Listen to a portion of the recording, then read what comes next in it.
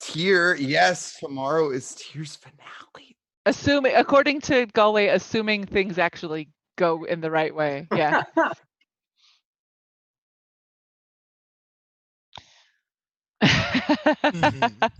Right.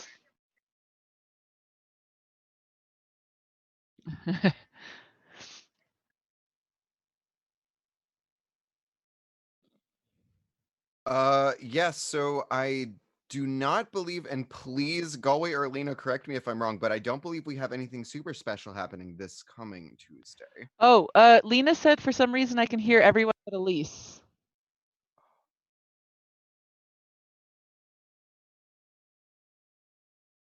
Yeah. It is not intentional.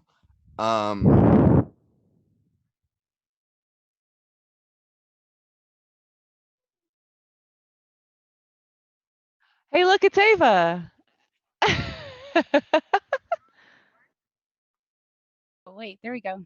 Hi. Yes, we know that you can't hear Elise. I can hear you now.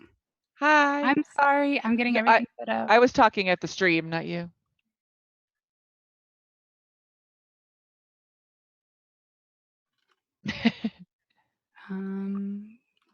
Hello? Can you hear me now? I can always hear you. She said, yay, can hear now. Okay. Yeah. Cool. All right. Sorry to have to do behind the scenes setting stuff. Okay. Yes. So sorry. Nope. That was Ava. No, but I think it should be working now. I think it should be because Okay. I saw my mic showing feedback. So I'm sorry. Okay, we forgive this you for is being nothing helpful with you. Don't worry about it. Yep. To your neighbor. Yeah. Okay. Yes. Thank you. She's really old.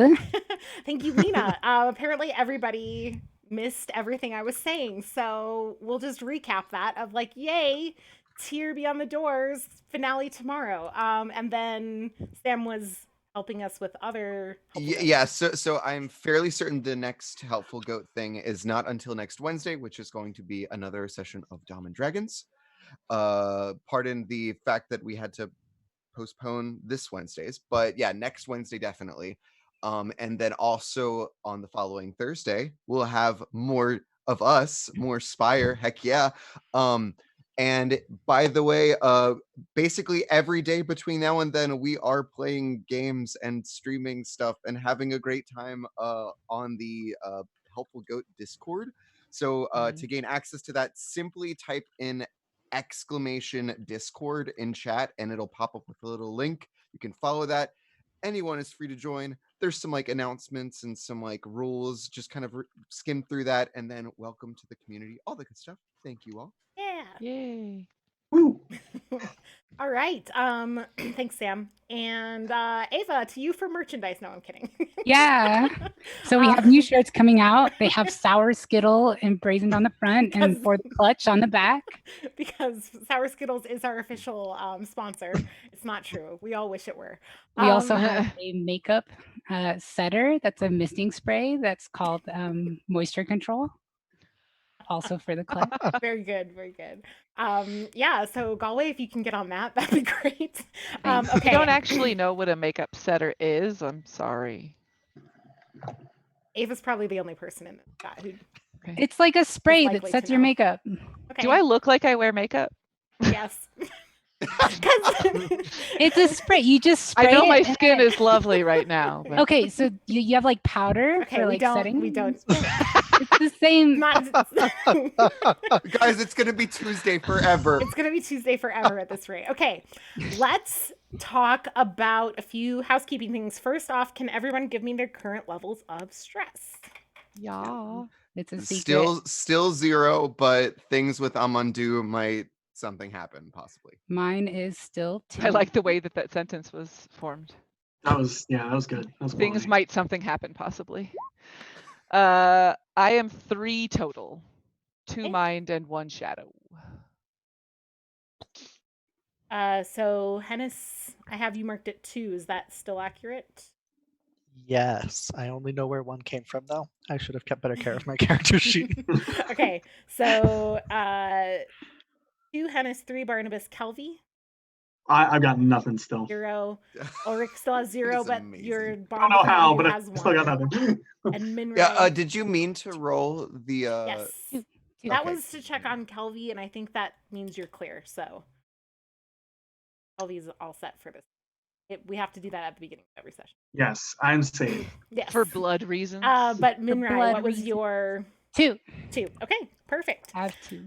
Good. And then let's see, anything else? Oh, you will all at some point in the game tonight need to be able to hear roll 20. So I will tell you before, but if you normally have like the sound effects or the music or whatever from roll 20 like all the way silent, if we need to review how to like change that, now is the time to ask that question. You're not playing any music now, are you? I can, so that you guys can make sure you can hear it. Yeah, play the Yeah, that'd be music. great, So actually. I will have to run Roll20 on my my laptop then, because I have my whole like ensemble up there muted. Oh, okay. Perfect. The Right. one with screaming and moaning in the background. Oh yeah, all the weird clicks. It's a spider town. Can you just sing along with all the music, Ava? Or so- I subject the chat to that. All right.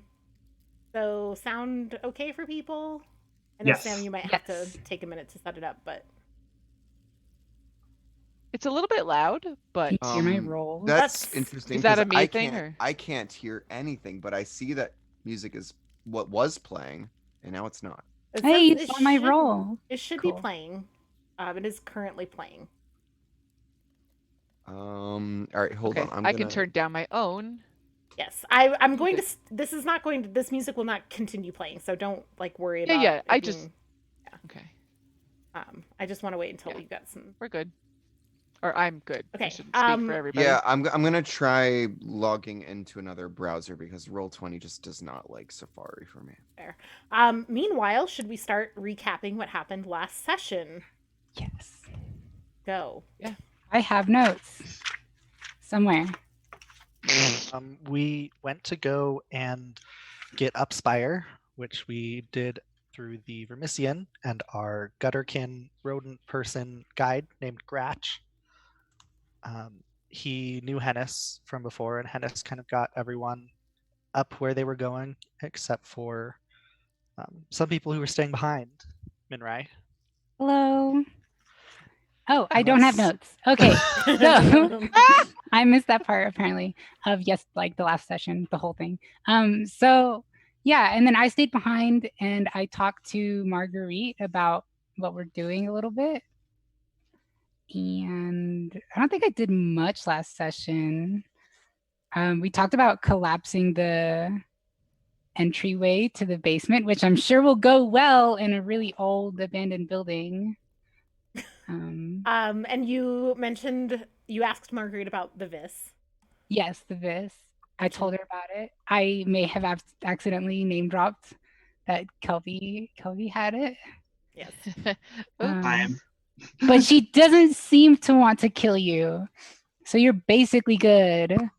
Unless do you think Seem is the Marguerite has keyword the in that Vis? sentence. Can I tell if someone has the Vis? Does Marguerite have it? You can't. Oh no, y'all, what if Marguerite has it and she's poisoning the clutch? And No, that's why she cares too much about them. Does she? But what if she cares about them because they're like blood, whatever. Okay. That's the moisture.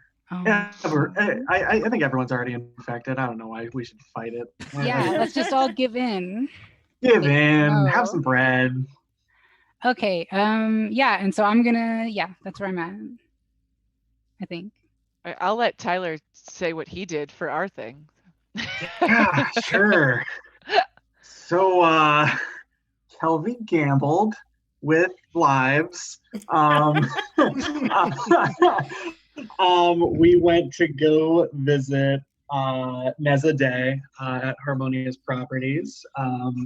Neza had a whole lot of like building schematics and artwork from their from their schooling and up to current day, and there's kind of a progression of this infection.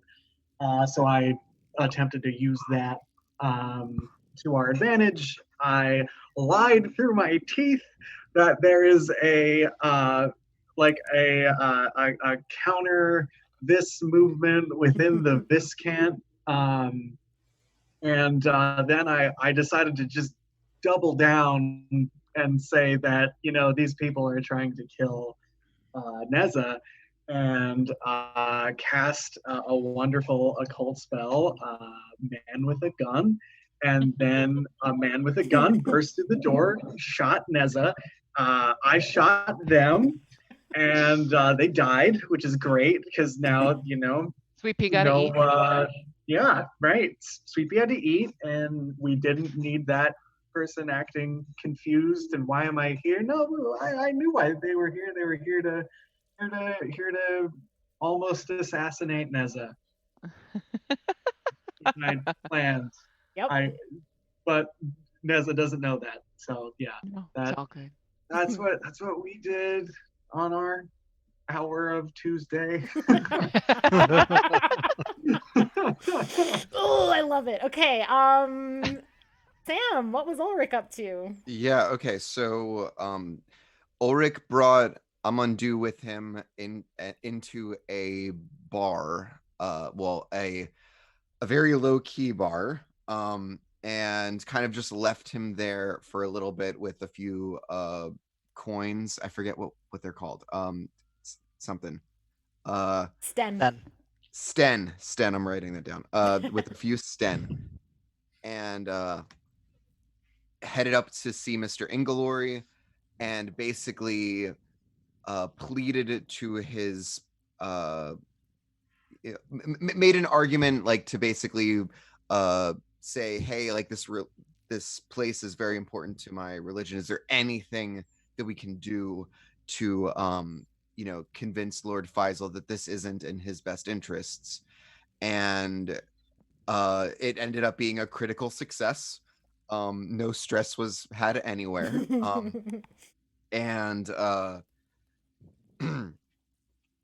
well, wait, didn't Mr. Ingelory take stress because of my critical success? We didn't mention that at the beginning. Yeah, so that's something that we had talked about wanting. Well, I don't know if I talked about it with everybody or just Rachel, maybe, but like that I didn't necessarily, like, we don't want, if you're trying to do something that doesn't hurt somebody, then like why should you inflict stress necessarily on somebody? Like, if it doesn't actually narratively make sense, like a critical success would actually be worse, right, than than just a normal success if you're inflicting stress on an ally. And so I was thinking it makes more sense to me that like we have something else kind of happen because of the critical success if you're not actually trying. But in a fight, right, if you roll a 10, so then like you inflict like extra stress. Does that also translate to Neza getting like knocked out then? I think we'll leave how it's happened. Okay. And moving forward, if you are like, basically what I'm thinking is like, I feel like the situation with Neza, like, you weren't necessarily trying to inflict stress, but you weren't not, right? Like, you were telling like dangerous fucking lies that like getting a stress to mind makes a lot of sense in that situation, versus like making a pleading case to Mr. Ingelory about your religion and then inflict stress on, it doesn't necessarily make sense, right? And so I think what makes more sense in those situations is to kind of play them by ear a little bit, similar to what we did when Minrai had the critical success spreading the rumors, and make sure that any of those kinds of critical successes where you're not trying to inflict stress kind of roll back around in some way that build the narrative later, and that would be perfect. I'm all about that. Okay. So to that end, it was again a critical success, and Mr. Ingelory basically let us know that Lord Faisal is he's probably in on it. Like he wouldn't be doing this just for the reputation points. Like apparently this means something more to him, or at least that's at the very least, that is what Mr. Ingleory, who has a very strong relationship with Lord Faisal, thinks about the situation. He is very confused by it, but believes that there has to be some ulterior motive. And So yeah. Mr. Inglory and you made no discussion of the Vis or anything like that. So in on it, nothing to do with Vis so much, as far as you know, as far as Inglory said, but more of like there has to be something else, because otherwise, like, Faisal would never have like invested this much time and effort into something, essentially. Yeah. So, and also warning you that, just kind of as a side note, his other kind of warning to you is like, Faisal isn't easily swayed, and you would need to go into a meeting with him with as much information as possible if you were to succeed at persuading him to do something. Yeah. And that is part of, like, that was like subconsciously the reason why I'm thinking we need to have everyone come back together. The party needs to reconvene so we can all be aware of the knowledge that we have gained and see if we think it's enough. And if it is, who is going to have this conversation? Yeah. But anyway, whoever's next. I think Kenneth is the last that we would need to check in with. Yeah, Hennis made his way to his lady's house and got ready to spend the night fighting other people, probably to the death. Yay. He did manage to Just a talk to her a casual little bit and say how much Lord Farquaad was inconveniencing him in a way that she couldn't just blow off with money. So maybe that'll go somewhere. Yes. Okay. Great. Then let's go ahead and jump into. Oh wait, we had one mechanics question, which was, what is the difference? Yeah, go ahead. Yeah, so the question that I had, like, and we didn't answer before stream started, was is Kelvy's ability to a man with a gun just materialize, is that something that he can do once per scene or once per situation? Because apparently there is a difference there. Or session. So yeah, there's scene, session, situation, and session. Okay. So I don't know, Kelvy's what it says in. Man with a gun specifically actually does not have a cooldown period. Yes. You can use it all the time. Several men with guns. A militia shows up. We've done it. The problem with it is, though, every time I use it, I have the opportunity to be taking stress. Right. But it doesn't say like once per scene or anything. That's one that does not have a once per scene or session or anything like that. What kind of stress? My other abilities do. Okay. So then to No, if you have a chance to take stress, what kind of stress is it? Yeah, because Minrai can take it off of you. Yeah, it's mind stress. Yeah. No, I Minrai can can vomit take Fallout. Yeah, I can take Fallout, but I can also vomit mind stress. So yeah. Okay, so this is true. Yes.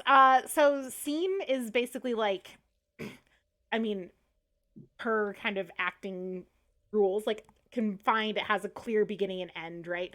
Situation is more like the whole like attempt to get to Neza, talk to Neza, leave Neza's, right? So like several scenes strung together that are all surrounding the kind of goal of like talk to Neza, right? Would be like the situation. And then session would of course be one play session. So, which is funny because if a scene goes 2 play sessions, you can technically do a once per session ability twice in a anyway. Yeah. It's unlikely for scenes to go that long, except in our game where they might. Right. Okay. Unless it's a Tuesday. Yeah. Unless it's a Tuesday.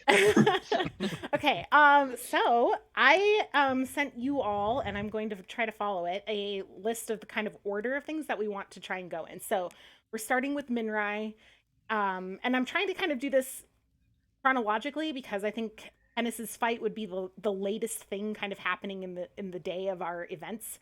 And so check in with Minrai, see what she was up to during kind of the other stuff, and then we'll go from there. So okay, so what I'm gonna do is I need to know what buildings are around us on the street.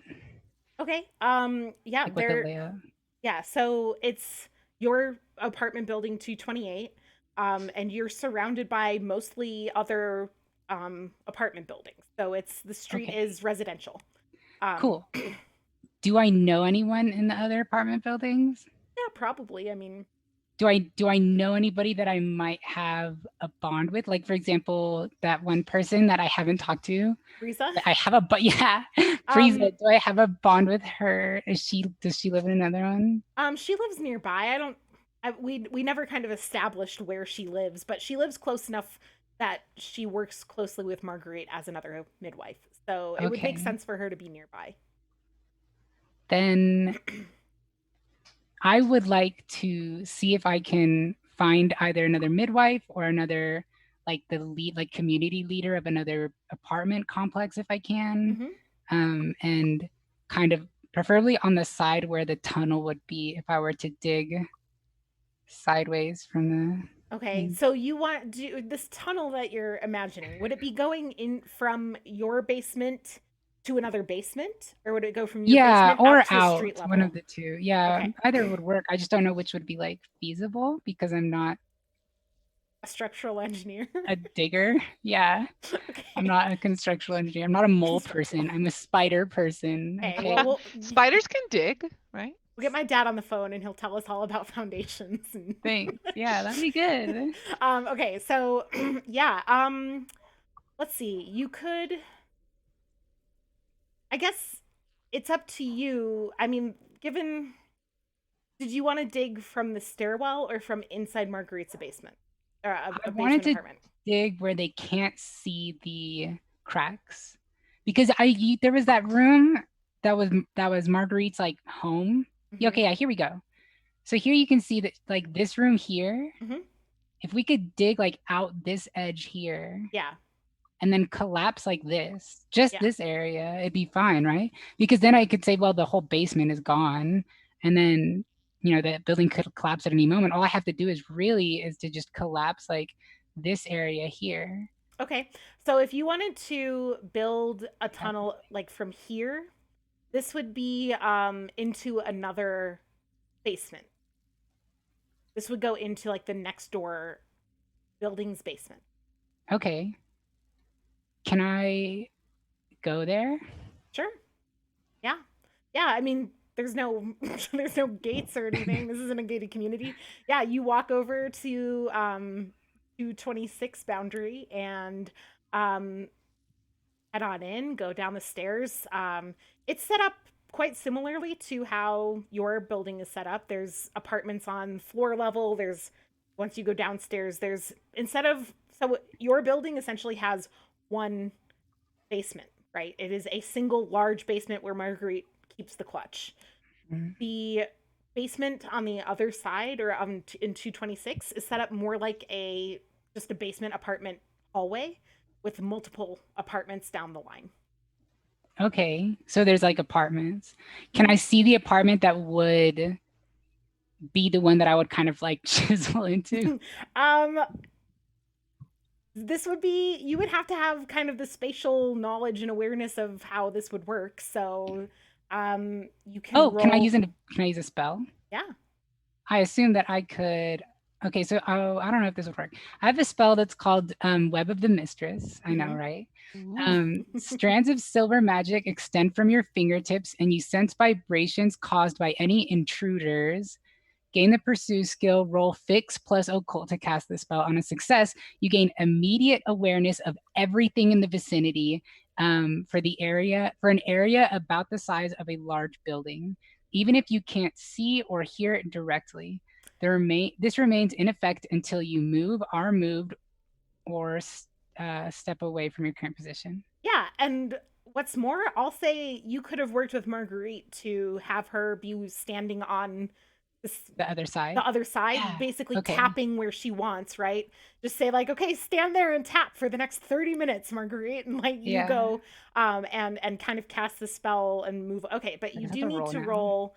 What was it? Fix plus Occult? It says Fix plus Occult. Yes. Yeah, and I have Fix and I have Low Society and Occult. I don't know if both of those. No, I don't know how rolling works. I don't think you can get both domains, but Maybe you I should have both. Good look. Okay, so you're at least rolling 3. Okay. The question is, Well, do you that's probably roll good enough. a 4th? Because What about mastery? Is that a thing? Wasn't there like you have mastery on anything. no, but like if you get like if something gives I don't know. Doesn't say. I don't see why you wouldn't get both domains if both are relevant. I can just roll 3. It's okay. This is a Spire after all. It's supposed to be. Okay, roll 3d10. I believe in me. I believe in dice. Please. A So 6. here's what I meant. 6 is a partial success. It That's means you do good. take stress. Yeah. And since it's an occult spell, it will be mind stress. So let's Yes. go I can ahead finally and vomit. you can roll a let's say d6 for stress on the hefty Ew. spell. Okay. You take 2 stress to mind, and I will roll for fallout. My current stress is my total stress is 3. I rolled a 6, so you are safe. Okay. So you take your 2 fallout or 2 stress to mind, and yes, you kind of spread this silvery web out. You were outside the apartments. You didn't knock and go into anyone's house. And you kind of walk up and down, kind of trying to get close to all the walls, until eventually you can sense Marguerite on the other side of so it's like it would be behind one of the apartments, we'll say like 03. And you can kind of sense behind that door against the wall would be where Marguerite is tapping. Okay. I will knock on that door. Okay. You knock on the door and let's see. I want their backstory. Tell me everything about this NPC. Right. Yeah, the one that I'm inventing on the spot. Thanks. Yeah, no problem. Yeah, so it's a young woman. She opens the door. She's actually probably more a girl. She's like a teenager. Okay. Too young to go to her durance yet, but getting really close to that age. So like in human years, we're talking like 16, 17, right? And yeah, so she opens the door and kind of peeks out. You don't know her personally, but she takes one look at you and recognizes that you're a midwife. And she gets kind of confused. She's like, yes, is something wrong? Can I help you? I will immediately use Protector's Eye. I'm throwing it all for this Throw it tunnel. in. Protector's Eye, ancient instincts bound into you by forgotten sorcery. Ooh, give you a measure of what a person really cares about. Once per situation, which I didn't listen to your explanation what the difference between all of them was, but I'll just assume it's cool. Ask the GM what a particular NPC wishes to protect above all else. Okay. What do they wish to protect above all else? I know it's a random character that you just invented seconds ago, but I need something complex to play off of. Yeah, great. Okay. Do you want to cut away and then come back to it? No, that's okay. Okay. She wishes to protect above all else her family. She has lived here her whole life. This is and when remembered, like Drow have a pretty extended sense of family.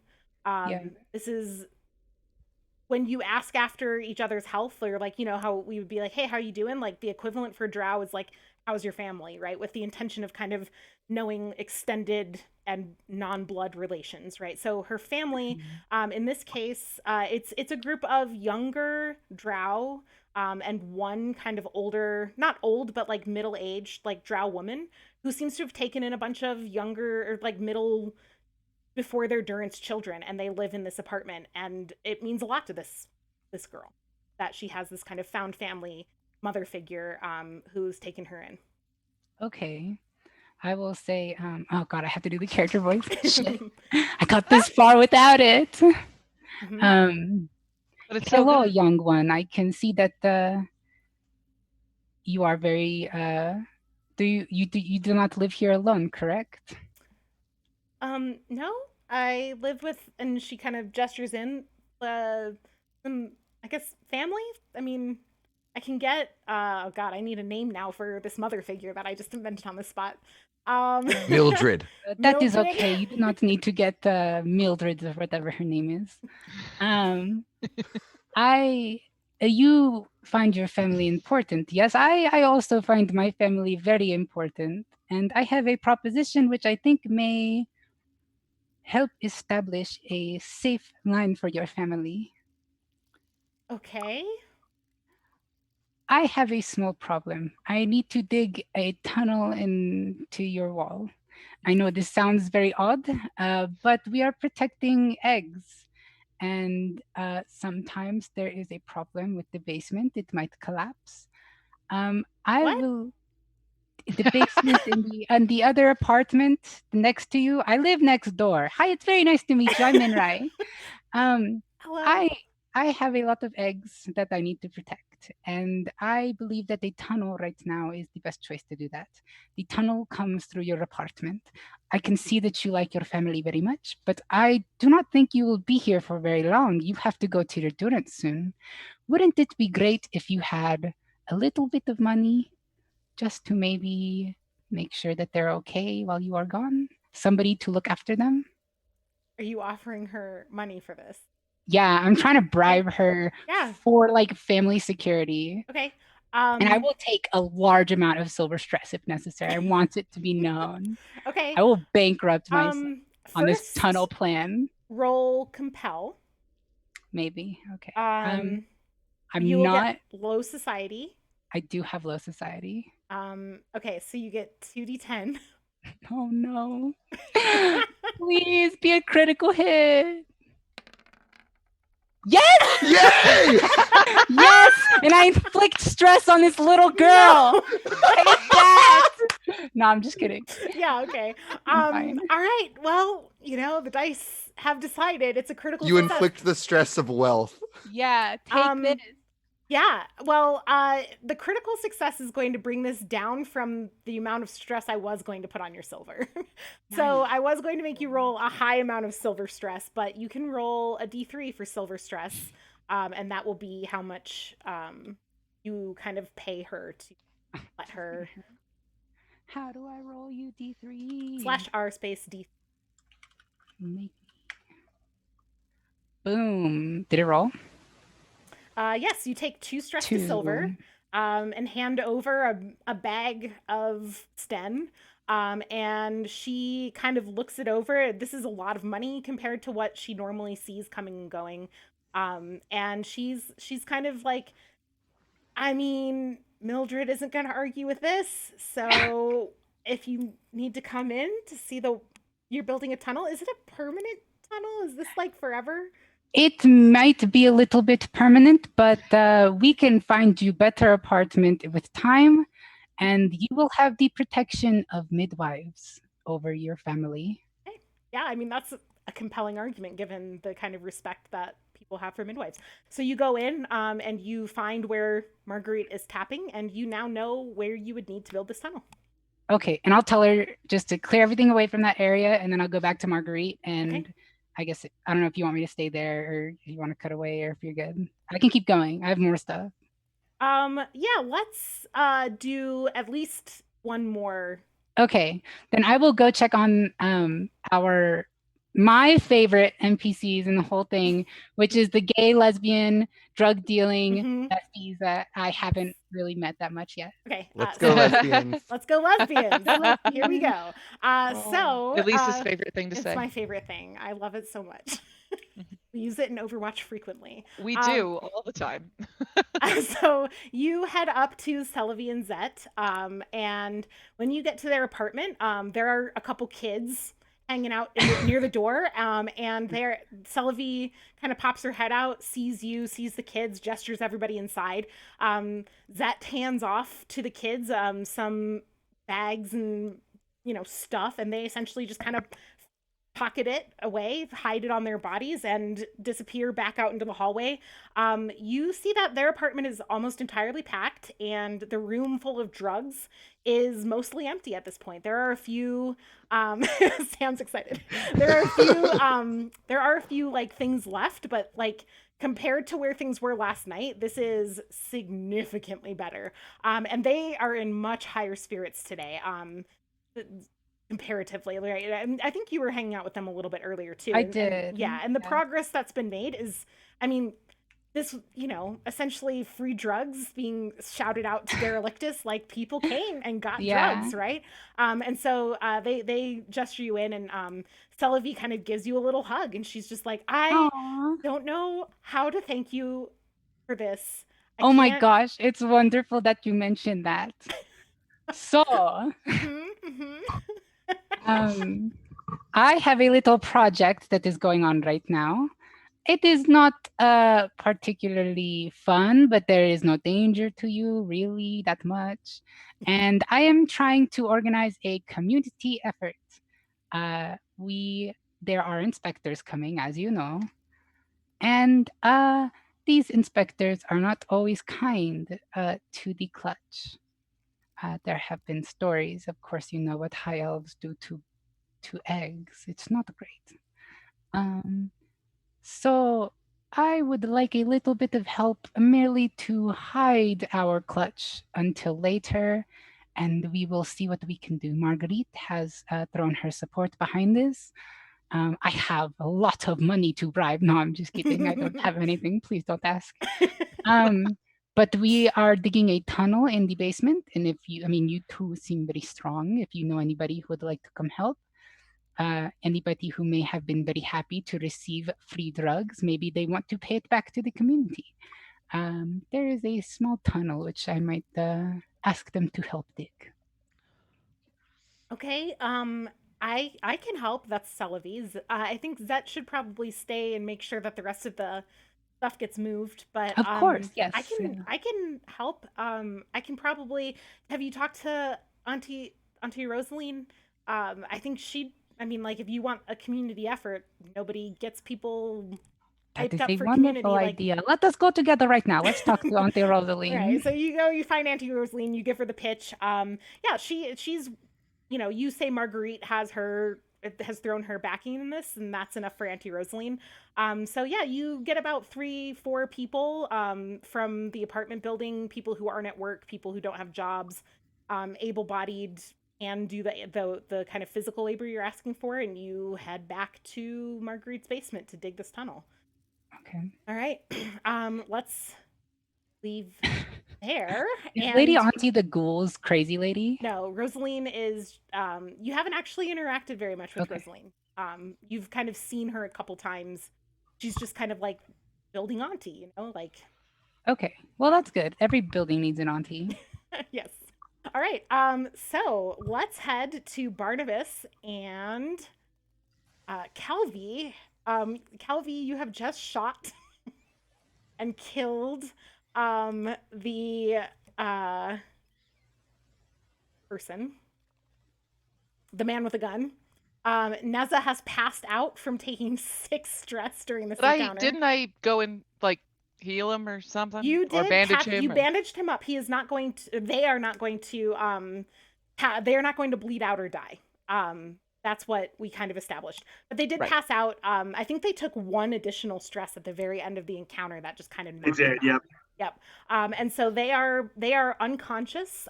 Their assistant, the person who was at the desk, the receptionist, because Barnabas kept her from running. So she is in the room helping kind of staunch the bleeding and just kind of observing the mess that is Sweet Pea eating a corpse. But a little strangely calm. The receptionist like panicked at the sight of seeing Neza bleeding out, but not really like way that you would expect from just like your average citizen person being like freaked out by like dead bodies, right? And yeah. Sure. Is there like a couch or anything in the room? Or in the lobby? Couch. No, yeah, in the lobby. Yeah, in the lobby, yes.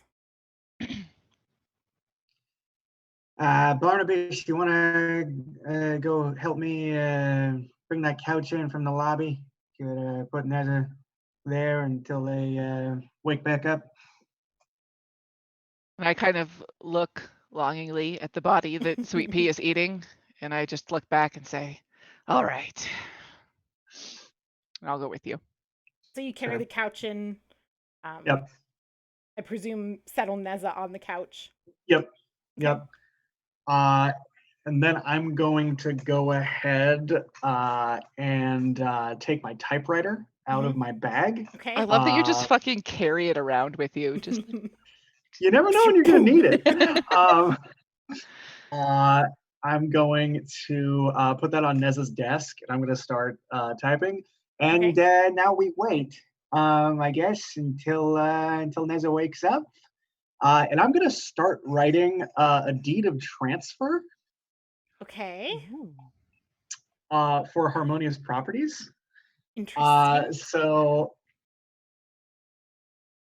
I think this is a deceive I don't know if anything's roll. gonna come of that, but Yeah. I think this is deception, right? Like a forgery is deception. Sure. So deceive and commerce would be would the crime domain. help? well, Is this being criminal? I'm not trying to forge signatures. I just want to have a deed so that Yes. if certain things happen, I can say, "Hey, I wrote this up. Would you mind signing this over to me?" Basically. Right. And property deeds looking good and legal. Yeah. And that's what I'm not saying like forging forging a legal document You're right. is not No, you're right.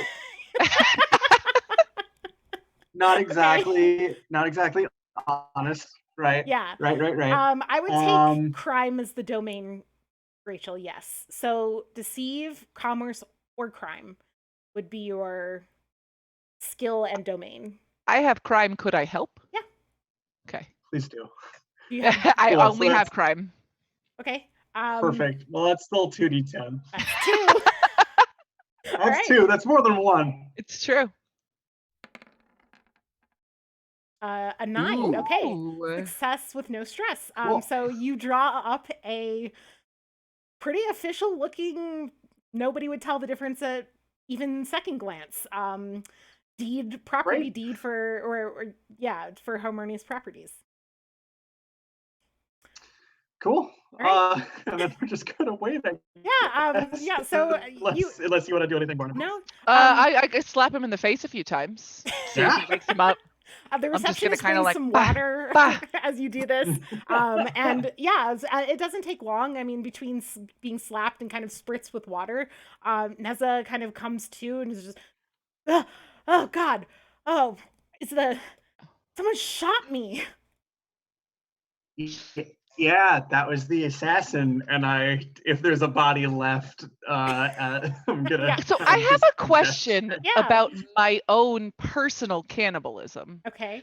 Because like we've been doing a lot of like sweet pea eating. Yeah.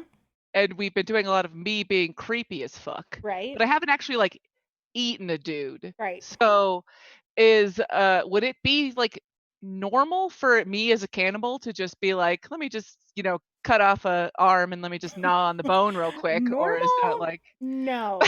Would it be something I would do? Like, I mean, like as a Carrion priest, I don't know enough about I'm still learning the class well enough to know if it would be something that I would just be like, sitting on the couch next to Neza and just munching on an arm. munching on an arm. Maybe you're basically. like a Mads Mikkelsen kind of Hannibal, where like you just like cook it into these really delectable dishes and then make everyone who watches it also kind of want to be a cannibal.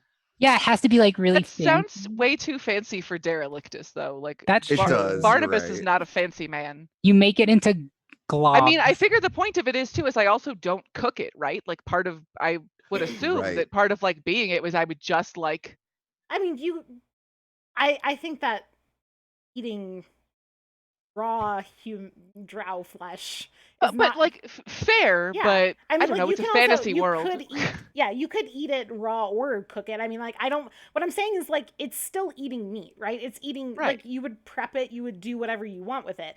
Well, because that's the thing is I don't know. Like that seems like a weird story choice to me that the Carrion priests that are cannibals would like take then- stuff home and cook it. Like I alright, feel then like you they would just tear in like Sweet Pea does. But that's but good. nicely. I use my cleaver and I just cut off an arm and then I'm Blood just kind of like everywhere. nibbling gently, Yeah. like Okay. like a corn cob or something. Yeah. Yep. And that's what Neza wakes up to. And A drow having cob. and they look over at you and kind of like back up a little from where you are on the couch on the other end of the couch. And look to Kelvy and are there more assassins? What is happening? Well, there might be. It depends on how many they hired. I just knew, at least one was coming today. Well, you're safe now. Anyone in the near vicinity probably would have heard 2 gunshots. So, either the job's done or the job failed miserably, and maybe they shouldn't, come back at least today. So I think at least for today we're safe. How did you know about this? How did you know this was going to happen? As I said, I had prior knowledge. Yeah, and I'm asking how. Well, I had connections from my durance, being a killer myself and forced to kill others. I know people somebody could hire if they wanted to get rid of somebody, let's say. And Well, I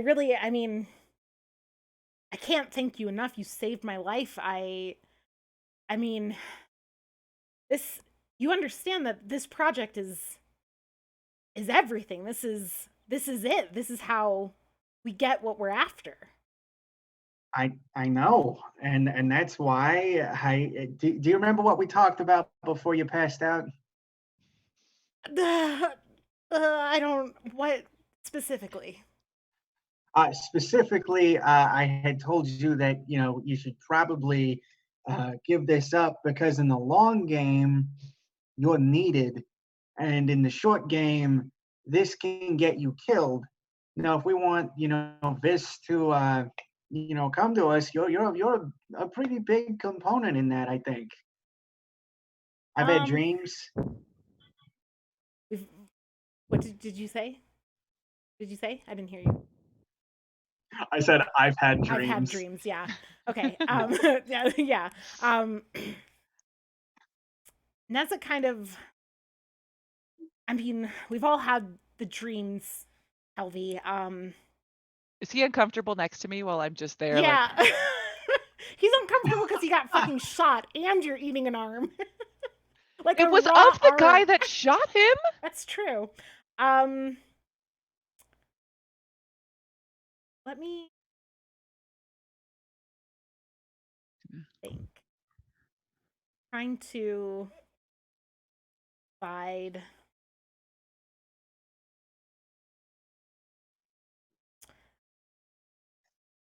Yeah. Okay. So yeah, Neza kind of sits back and kind of, holds up a hand to where they've been shot, and look, we want the same thing. And if what you're saying is true, maybe we can postpone, delay. I can talk to people about it. I mean, this is above my pay grade, but I'm not exactly trying to get shot again. So I will talk to somebody at, the Herald Corporation and see what we can do. That's a good start. I was thinking, given your situation, I don't know if it does. I mean, it's a small business you run here. I don't know if you can afford a bodyguard every day. It's a lot of money. If I wasn't here, you'd probably be dead. Let's be honest. I wonder if it's in your best interest if you handed Harmonious Properties over to someone that you trusted. Someone who can really see this thing through. If this project goes through and I'm not the lead designer, that is the worst possible outcome. Either this project goes through with me on it, or it doesn't go through.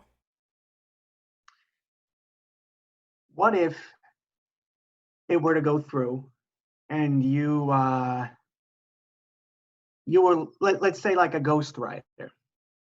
You were the designer. Everybody in the Viscant would know that this was your work.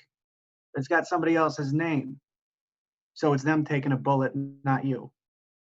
Roll compel. Decide what domain this is. Probably low society. Sure. And compel, and your base D10, so that's 3d10. Got it. If So you have I those. will roll. Yep, I have all three. Okay. Ouch. Cool. Okay. Wow. But All a right, six, well. a 6 is still a success. Okay. But you take it's the bare minimum for success. I'd But you say that just get me there. you do take stress for this though. Sure. And I think this is.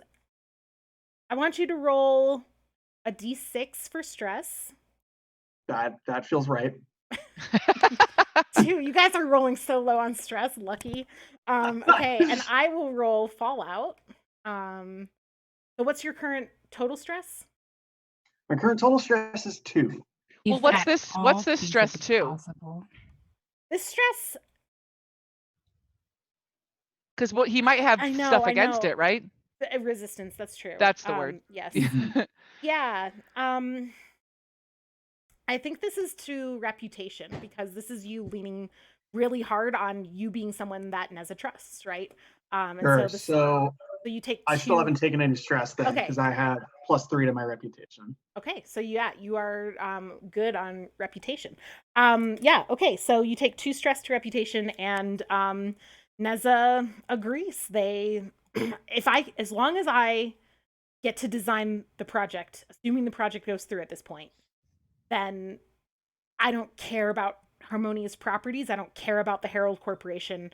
What matters to me is making that vision, and they point to one of the pictures on the wall, one of the more advanced kind of Viscant looking weird ass things come to be. Sure. Yeah. So they will sign the deed.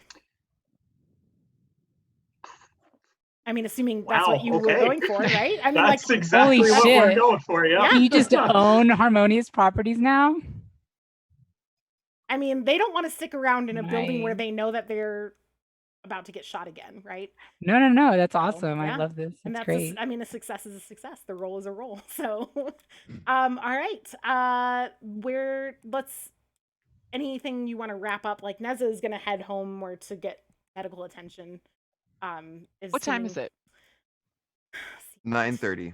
Depends on your time zone. Thanks, Sam. Depends on your time zone. You got there at what, like 4-ish, I said? Or 4:30? Sure. It's easily 6:30 by now. 30, Damn. yeah. Getting into Sure. evening. Okay. So yeah, Neza and the receptionist head out. Nobody else is in the building, and in fact, now that you own the place, or Right.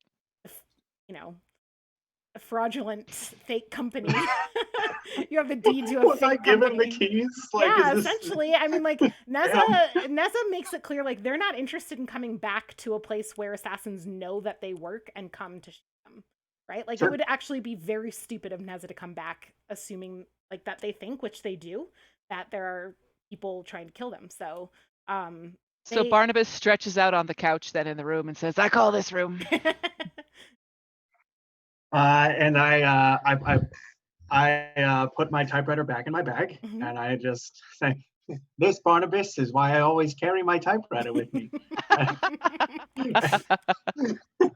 Beautiful. Love it. What do you do after? Are you staying here? Are you Great question. going back to Derelictus? Barnabas is having some thoughts. He is very torn between his connection with these, the people that he lives with and works with, and also his connection to the other priests and wanting to give them the information that he's found, and also the vial of Vis infected blood that he got off of Neza. But I feel like for right now, because we agreed to meet up tonight and Barnabas is worried about tomorrow morning and the inspection, and he doesn't want, like, he feels right now more protection towards the people of Derelictus than he does connection to the people of New Heaven. So I think he would push for going back down. Sure. Okay. All right. So you head to where you found Neza had the receptionist take some of their stuff. So like their office is more or less the most important stuff has been cleaned out. And you head out and you find the same kind of entrance to the Vermissian tunnels that you emerged from. And there are, you know kind of how to look for it. You watched how Hennis did it. You know how to kind of find a Gutterkin guide and start to make your way back down to Derelictus. Let's go to a surprise. It's time. Okay. Uh-oh. So we're gonna head to Amaranth.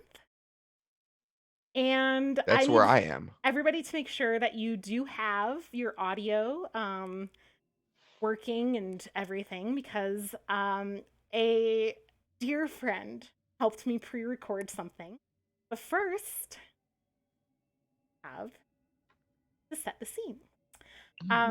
So we now leave our heroes and take a minute to check in with one of the many sidekicks of this story, Amandu Lukes, the young drow who accompanied Ulrich to Amaranth and waits now in one of Amaranth's many underground secret drow bars. Amaranth, where just 4 months ago he was completing his 4-year durance as an elite gladiator. The Elfir have an entire booming industry around the gladiator drow. Big players like Lady Cassie Hallion and her peers spend considerable money selecting and grooming the most promising drow for this particular durance. Some fighters, like Hennis, stay in the game even after their durance ends, forged into keen tools and unable or unwilling to find another use for their particular skills. Others get out as fast as they can and try to never look back, and that's what Amandu Lukes did. 4 months ago, his durance ended, and he went home to his mother and tried to forget. But as we've heard from Mama Lukes, he couldn't. In fact, we know quite a few things about how Amandu is dealing with his trauma. He still keeps his body in top shape. He doesn't sleep well. He's jumpy and quick to lash out. He hates being cornered. He's living in fight or flight mode. And remember, he's a fighter. Not long after Rick leaves him with a few sten to drink at the underground bar in Amaranth, Amandu has already slammed back 3 more shots of the good stuff, burned through Rick's money and some of his own. Being at Amaranth again gives him the creeps, and he feels like he's being watched. But whenever he looks over his shoulder, there's just the same drow workers on their breaks slumped over tables, eating food that tastes a little more like home than the usual fare in Amaranth. Nobody's paying close attention to him. Nobody except the bartender, who grabs the bottle she's been pouring Amandu's drinks from and leans on the counter across from him. She wiggles the bar at him, raises an eyebrow. He nods. Another shot goes down the hatch. And I can put you on. I made bar. Ooh. Okay, so here's Amandu and our person. Okay, now hopefully the audio just works. So I'm going to play the audio. Most of you will recognize our dear friend who's helping with this. And I'm going to turn up the audio on my end. So if you need to adjust yours down or whatever so you don't get blasted. And hopefully it'll all work.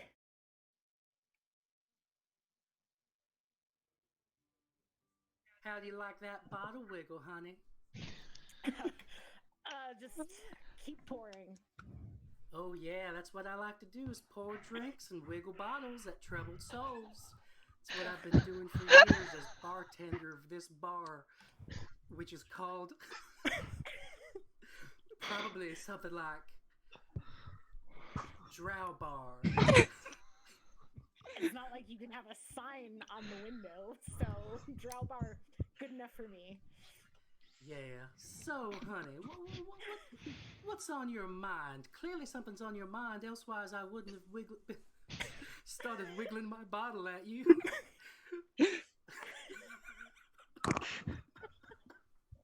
What's going on? Sorry, my audio is so much lower than his. what's going on in that troubled drow brain of yours? Which is weird for me to say because I'm also a drow in this city. Spire. I don't know.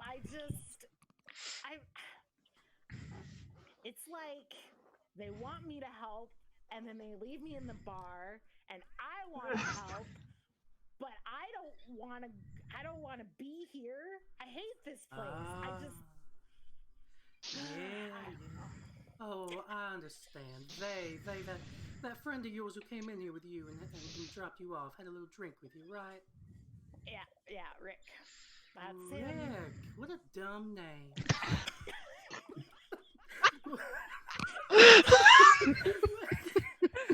What's I'm saying that because I'm more interested in your name, honey. What's your name? Amandu. Amandu. That's also kind of a dumb name. What's yours? My name? My name is Sam Malone Ted Danson. What? I'm a bartender. My first name is Sam Malone. Sam Malone? Sam Malone. My middle name is Ted. My last name is Danson because I love to dance. I go dancing every night after bartending, and that's where I wiggle my other bottle while I'm dancing.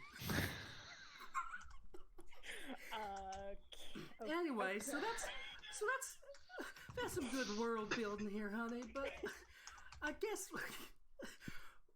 it sounds like you're in a pickle where some people want you to help them with something, but you don't really feel like helping them.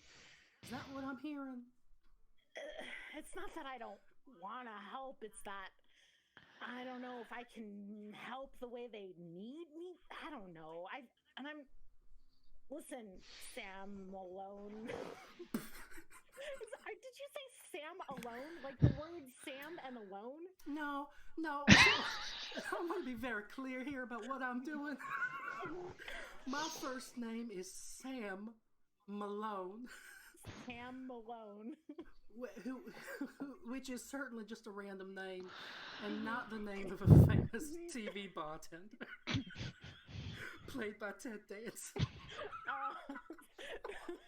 It's almost like your scene partner has no fucking clue. I was like, what the fuck are you doing about any of that? That's okay. That's all right.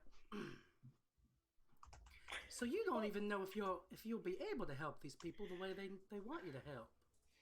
No, I mean, I don't know. Like Rick, the guy who was here with me, was like, talk to this person, but I don't know that person, and then I hate this place. It makes me feel gross, and I kind of Hey, this is my bar. Drow bar. I'm proud of Drow bar. Not your bar, Sam Malone. Okay. All right, okay. But Amaranth, the whole part of the city that we're in, where all the fucking high elves live. Sure.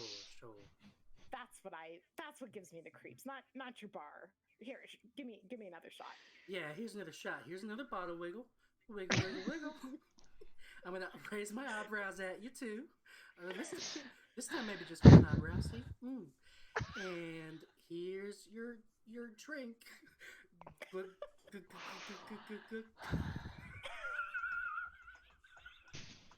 we do Foley work on this? Clink. Yeah. And hey, you know what it sounds like to me?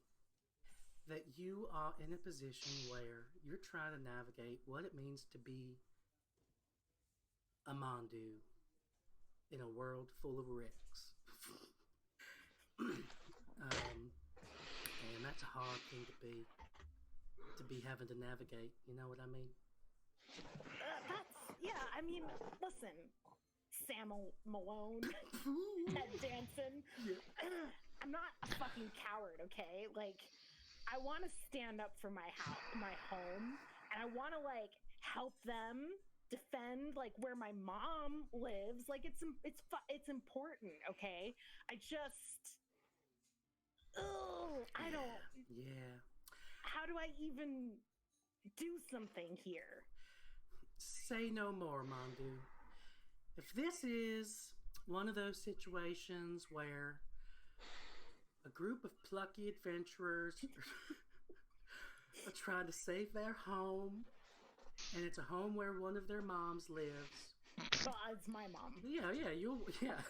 Oh, I'm one of the plucky adventurers? Yeah, sure. At least they might think you are. I don't know. But you want to be able to help. You wanna stick it to the man, maybe. I'm telling you, you can do that. You have the power to do that. And you know what would help? Drugs. I mean, I've put down about 50% of that bottle of whiskey, so... Yeah. I'm not talking about whiskey, Amandu. I'm talking about drugs. Talking about a new drug. Maybe it's not totally new, but it's a new version of this drug called dagger, which is a brown powder digested by snorting through the nose. Have you heard of it? Have you ever done dagger? Isn't that one of those kind of designer drugs? All the chemicals and shit? Yeah, it's good stuff. It's the good stuff with the real good chemicals. This latest version is more designer and more chemical than ever. But it's really good. And it's specifically, you know what? It was designed by a drug designer who was trying to save his apartment building, his mother's apartment building from the high elves. And he needed just a little like pick me up to kind of go on his adventure, and that's why he made this new version of Dagger 2.0. So if you want, I didn't realize this was such a common problem among the Drow. Oh, in this city, come on, this city is... You're not wrong. It's gross and dark and grotesque, and it's full of bad shit like that happening all the time. So anyway, but you know what? Look at all these people down the bar who've been trying to flag me down this whole time. And I'm just ignoring you need to them. Get back to the rest of your job. Yeah, of course. But before I do that, here, look at me. Look. I'm reaching my hand into my pocket. It's a magic trick. It's not a magic trick. I'm just pulling out a little baggie. Full of Dagger 2.0. I'm laying it on the bar. Pat. And I'm sliding it across to you. And if you just happen to slide across to me a reasonable number of Stan? Stan? Yeah. Over here into my other hand, then you can have some Dagger 2.0, and it will help you be yourself. It'll help you do whatever you need to do to save your mom and her apartment building. How much stand? How We'll just say a reasonable amount. Yeah. Well, that feels nice. Here, and I'll do one more wiggle on the house, and I wiggle the baggie at him as he takes it. Okay. Yeah, and he does take it, and he does slide a reasonable amount of Sten across to Sam Malone. Yeah. Okay, but so Sam Malone, Ted Danson, just kind of stares at Amandu. Yeah. She's not going to do her work to like go help the other customers with their drinks. She's just staring at him because I think she's kind of narrowing her eyes and kind of nodding at him ever so slightly, like kind of with this feeling of like, you know what you need to do, honey. And Amandu pours the powder onto the counter and with a surprisingly practiced motion snorts up the Dagger 2.0, slams the last of his money on the counter, stands up, wipes his face, and says, you know, Sam Malone, you've really helped me see this more clearly. I think I have more power than I thought. And he turns and leaves the bar. Oh, yeah. Oh, I love manipulating NPCs in this city. Anyone You're a else? bad influence, Sam Malone. Anyone else need some manipulating? All right, next round's on me. I guess the bartenders. Yeah, they do that sometimes. Yeah, on the house. On the house. That's it. There you go. Okay, right. cool. All right, and Perfect. scene.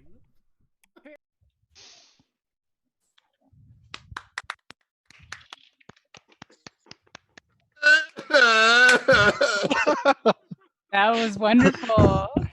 I love Sam Malone, Ted Danson, and their bar wiggling antics.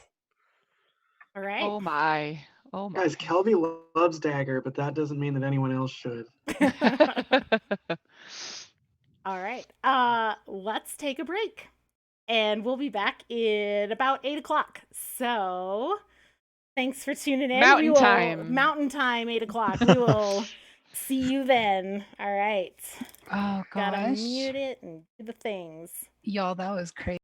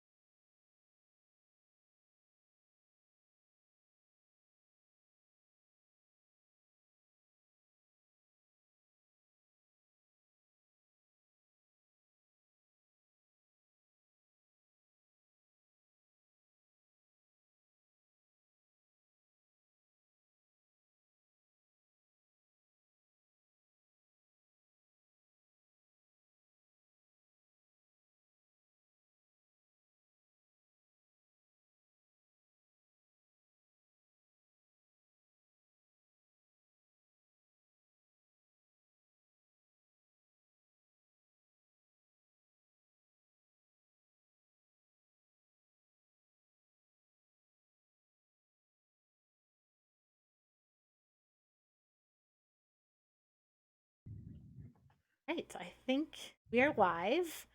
Hello, everybody. We are going to pick up where we left off. We left last Rick at leaving Lord Ingleory's office, having just gotten some key information about Faisal. And where would you go? Right back to the Drow bar. Drow bar. Yes. All right. Yeah. You head right on back to Drow bar.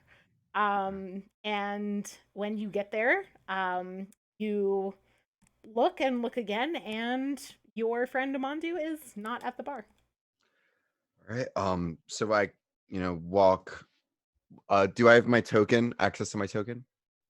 Oh yeah, totally. Let me get that in there for you.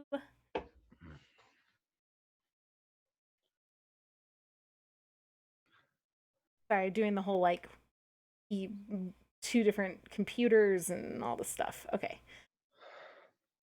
Oh, I'm real big. You're real big. All right, there we go. That's more reasonable. I don't know. That seems about right. And then let me assign it to you so that you can actually move him. Woohoo. Save. Okay, you should be able to. Yeah, I can. Okay, move now. cool.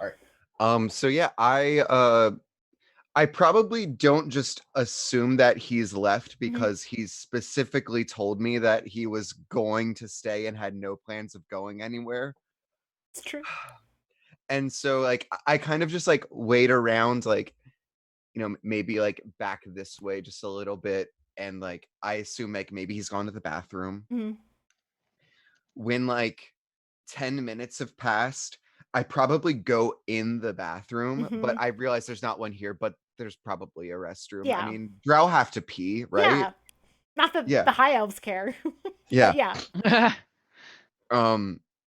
And so This like I Drow check that bar. out. I assume, is there anyone in the bathroom? Nope, nobody in the bathroom right now. The bar is pretty Okay. empty right now. It's kind of like after lunch, but before like everyone would get off from like night or evening shifts, and so there's a few people around, but not many. Okay. It's also a small underground bar, not. All right. I in my best attempt to not look truly concerned, I go up to the bartender and excuse me, any idea where my friend went? He was like right here and said he would stay here, and now he's not. Amandu. Oh, he's such a sweetheart. You must be Rick. And she pours you a drink and slides it over to you and says, "No charge, honey."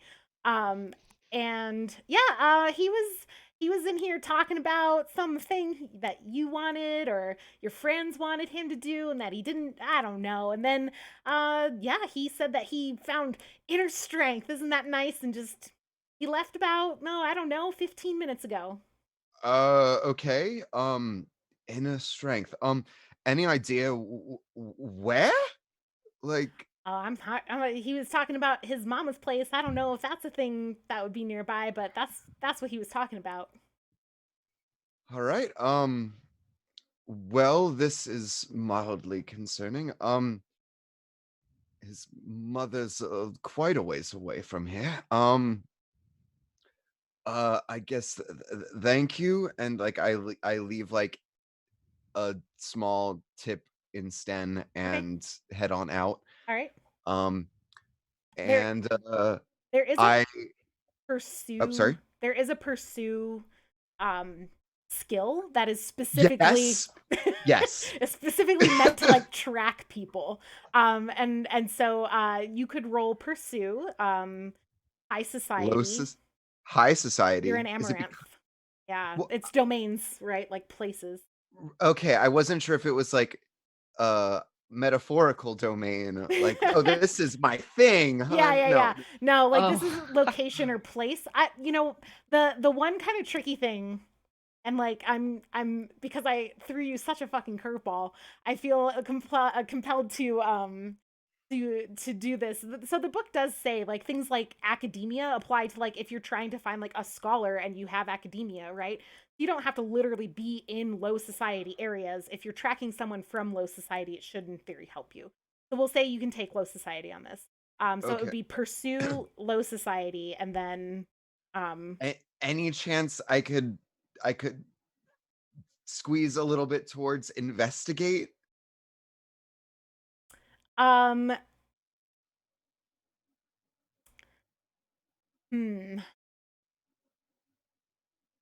I guess yeah, we could do investigate. I think the difference will be if you take stress, you'll take a different kind of stress on Okay. investigate than you would on pursue, if that makes sense. So yeah, we could do investigate. So investigate and low society. So that's 3d10 if you have both of those skills. I have investigate and low society, and that's Okay. it. Yeah. So 3d10.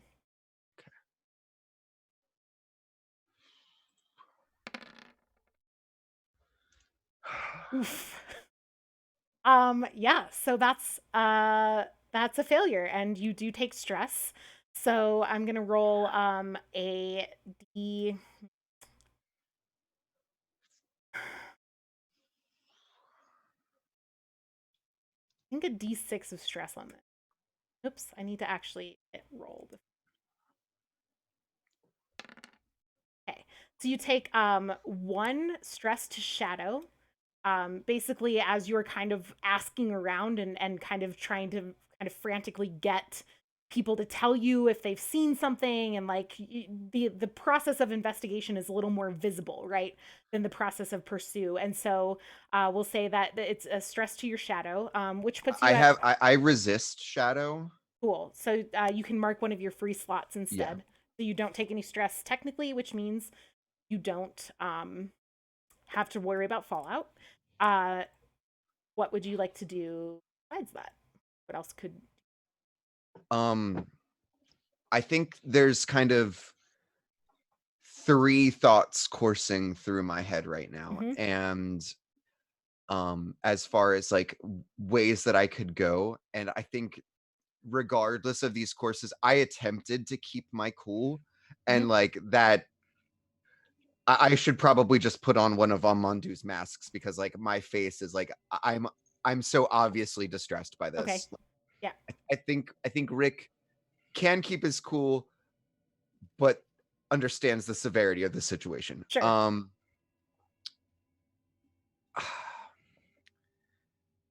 I think I tell you what I would like to do Mhm. is I would like to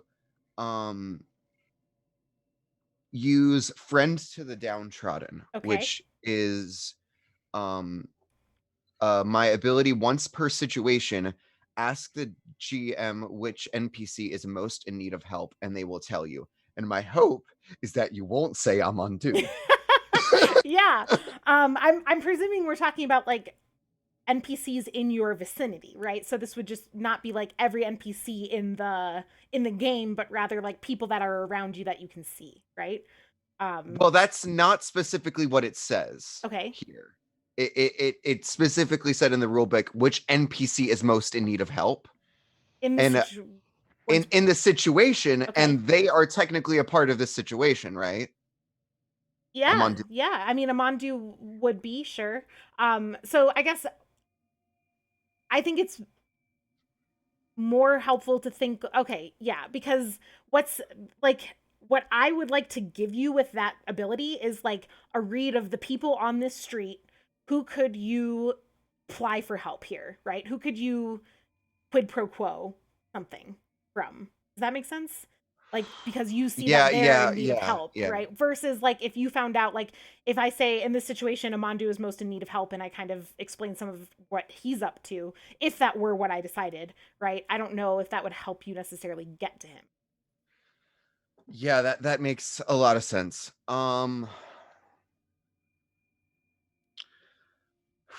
And I, as Ulrich, I do not technically know where Lord Farquaad is, right? No, you know from talking to Hennis on the way up that there was a possibility that Faisal would be present at Hennis's fight tonight. And otherwise, you would assume either at a place of business or his home. Okay.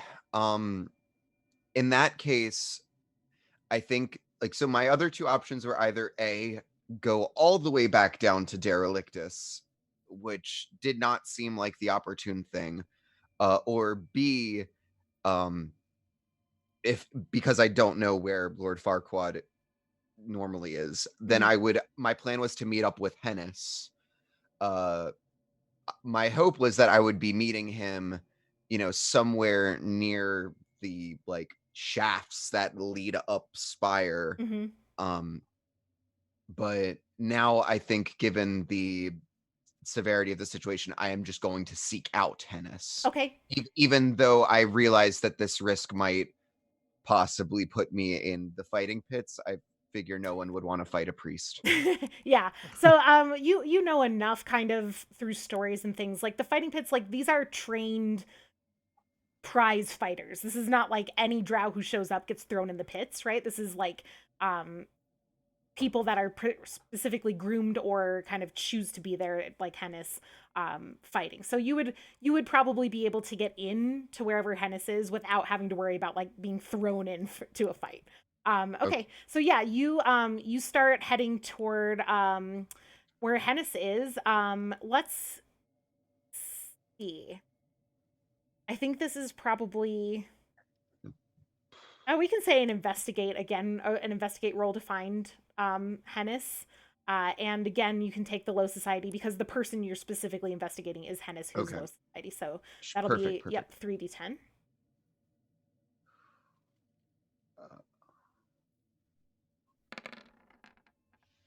Okay, 7. Yeah, so it's a success though, right? Yes, that is a success. You do still take stress. So it'll be also it's a success. I'm sorry. Stress. So that's 3 stress to shadow. So you have 3 resistance on shadow?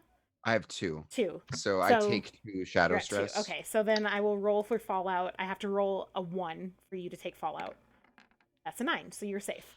Okay. So you you ask around a little, you wear Faisal's mask, which actually really helps you. It looks like you're on official business for him. And you get pointed, you have to there's some stairs you have to climb. You're going up higher into Amaranth. But it takes maybe 10-15 minutes for you to walk from where you were to where this is Lady Cassie Hellion's kind of arena, essentially. She's one of the key players in like the gladiator scene. And she so she's well known. She's Hennis's former patron. So would and okay. Yeah, well, Hennis did his endurance for her, so yeah. If I see her, I still have my Lord Faisal mask. I go up to her and excuse me, do you happen to know who this might belong to? And then I show her the mask. Okay. So we can put your token on here too, since you are now 18. Get you here.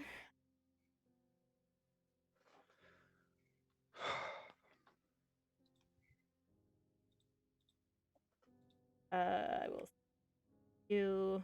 This is some really depressing music. I don't even remember what music. Pit fights are really fun, happy times, Sure. This is the Derelictus Children's Choir. Can you please?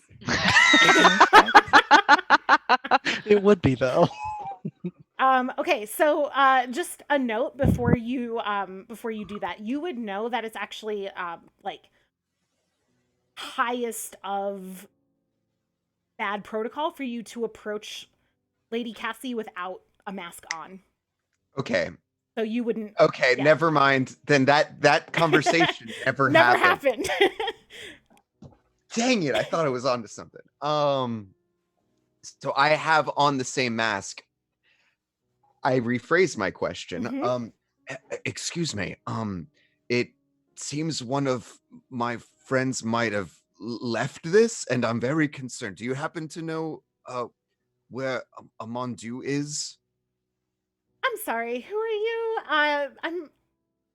Are you Well- one of Faisal's? Ugh, that man again. And she's kind of looking around. And about this time, Hennis, you would be coming up for one of your fights. And so that's you would notice Hennis coming in. Ulrich, you would notice because there'd be like an announcement, right? Like no fighting, right? I don't know if you have like a stage name, a wrestler persona. No, you're right. I need one of these now. But yeah, so and as kind of, and Lady Cassie is not very concerned with you. You are a Drow servant interrupting her night of, the fights and stuff. Right. Okay, so if I notice Hennis, I'm going to draw attention to the fact that I notice Hennis. Okay. Like, oh, oi, hey Hennis, how's it going? I'm gonna put you over here with Lady Cassie because I'm talking to her. Okay, I also cannot see where I am on the board. You're gonna okay, cool. All right. Oh, Hennis is already in the ring. I didn't see that. Yeah, he would be like coming up into the ring. This would be like an imminent fight for him. Okay, but he's not yet in the ring. No, we can Or say, he is in the ring. no, we can say like before he kind of enters the ring, you're able to kind of catch his attention. Sure. Okay, yeah, because I would definitely want to draw attention to the fact that I knew her fighter. Were you trying to get his attention or just that she would recognize or that she sees that you know him? I would want her to see that I know him. Okay. Yeah, she kind of looks between the two of you and says, "Oh, I see you're familiar with one of my best fighters." Yeah, I mean, I'm a huge fan of Hennis's. He's not only a great fighter, but a good person. I wouldn't know. I'm sorry. If you're looking for your lord, I think I saw him. And she kind of points off to the side behind her, and in fact, you do see, not too far away, Oh, no. Lord Faisal, and whoops, wrong layer. Here we go. He is kind of over here on the side, talking to somebody else. But like she points him out, which is how you know him. We said that you were familiar with him kind of in a very vague way from your time with Lord and Glory. And he's just talking to another Elfer, and he has a mask on that you haven't seen before. That the Elfer frequently wear just whatever fashionable mask they want. But they have what's called a true mask always on their body somewhere, which is how they identify each other, right? So their true mask is like their face, and to not have it on your body, it would be essentially to call yourself a Drow. So they always have it on them. Because no one would mistake me for a Drow, right? So he has his true mask kind of on this chain over his shoulder, almost like it pins like a little cloak on for him, right? And that's how he wears his. And then, just another stupid mask, fashionable mask on. And that's who she kind of points to as she kind of says like, "Oh, I saw him over there somewhere," and like waves her hand. So if I look over in that direction, I assume I do not see Amandu. You don't see Amandu. All right. Why, thank you, Lord Cassie. Lady, yes? Lady Hellion, you would probably call her, yeah. Why, thank you, my Lady Hellion. I most appreciate your advice. I will bid you adieu, and I have to go say something to Hennis real fast. I just kind of a bow face. Hennis, before you jump in the ring, I need to tell you something. So Hennis, I want him to hear you, but he also gets like super into the zone, and that's like a character choice. So Okay, so I recognize Hennis. Earth to Hennis. This is possibly an emergency, and I think I might need your assistance. If that doesn't get your attention, then I just give up. I mean, GM, will you allow that? Yeah. Okay, yeah, it Yeah, definitely does. these are like stairs that kind of like lead up from like underneath. There's basically like locker rooms where you prepare, and then the stairs lead up into this pit, which is lower than all of these kind of spectator seats around it. Yeah, so you would have, it would be open on the sides essentially, like for you to be able to walk over the like a low wall. Okay. So I get like up on my tippy toes, and Rick, uh, what are you doing here? all right. So it appears I don't have a lot of time to explain. No. But so let me make this extremely quick. I left Amandu at like a little bar, kind of out of the way, no one would notice, and I went up to go see Mr. Inglory. Learned a lot of stuff that we'll talk about that. We'll talk about it later. But when I came back to get Amandu, so we could go up and meet Lord Farquaad, who is right over there, I noticed that he wasn't there at the bar, and I'm quite concerned. Because apparently the bartender said that he got some sort of new energy about him. He feels like he can fight and wants to win the apartment back for himself and for his mother. And like that kind of is exactly what we're trying to do, but now he's gone rogue and I'm very concerned and yeah. GM, without trying super hard, can I see Amandu in this familiar environment anywhere? You look around and no, even familiar with the kind of people and stuff, he does not seem to be here from your look. And also, how many more fights am I supposed to be in tonight? This would be your last fight tonight. Okay. You probably would only do like 2 or 3 fights max in a night, so this is probably your second. Perhaps I can help you after this if I am still standing after this. You must understand I have certain commitments that I would not be able to afford to live with you all and all of that good stuff if I do not do this. I will find you afterwards, perhaps. Absolutely. But he looks at his watch. How long do you think this will take? Fights probably take on average like 5 minutes max. I mean, these are not like this is kind of, it tends to be big heavy hits, not like prolonged like fencing for 5 minutes kind of thing. So I would say not long. There tend to be short matches. It's really not take long, no. Okay. All right. I bid you good luck. And I am very Thank much. you. I'm sweating a lot more than Hennis is right now. Okay. Thank you, but I will not need the luck. You may want to go stand over there, and I point to somewhere that is not normally populated by high elves. Yes, there are some areas where it's way more common for Drow to be during like spectator, and so we'll say kind of back here behind that row. Okay, and then Hennis, you have your fight. I kind of figure what we'll do for the fight, just to kind of see like what state you're in after it, is have you roll fight. We'll say 3 times, and it will be you.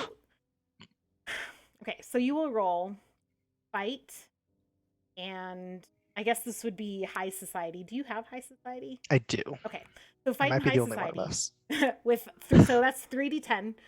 So I want you to do 3 separate rolls of 3d10, and we'll see if that will kind of stand in for. Okay, a critical success. A critical success. Damn. Oh okay, my god! a critical success. What the fuck, Hennis? Guys, I'm good at what I do. Yeah, Okay. no kidding. So this fight Ulrich, when Hennis said this fight won't take long, you didn't expect it to like be essentially Hennis walks out, like smacks this guy a couple times, and the guy's down, unconscious, not dead, and the kind of Drow attendants rush onto the circle and kind of pick him up and haul him off, and he's gone. Before the fight officially ends, would it be possible for me to roll some sneak? Yeah. I don't actually have sneak, but if I see Lord Faisal and know that it's him, like, I mean, I'm not expecting him to say anything too incriminating, like out in a public arena like this, but like, as Mr. Inglory said, any information I can get would be useful. So if I can like just try to eavesdrop some. Roll sneak. It would I do not have sneak. High society. There's no way around this one. Sneak and high society, which I think you have neither. So it's just a straight D10.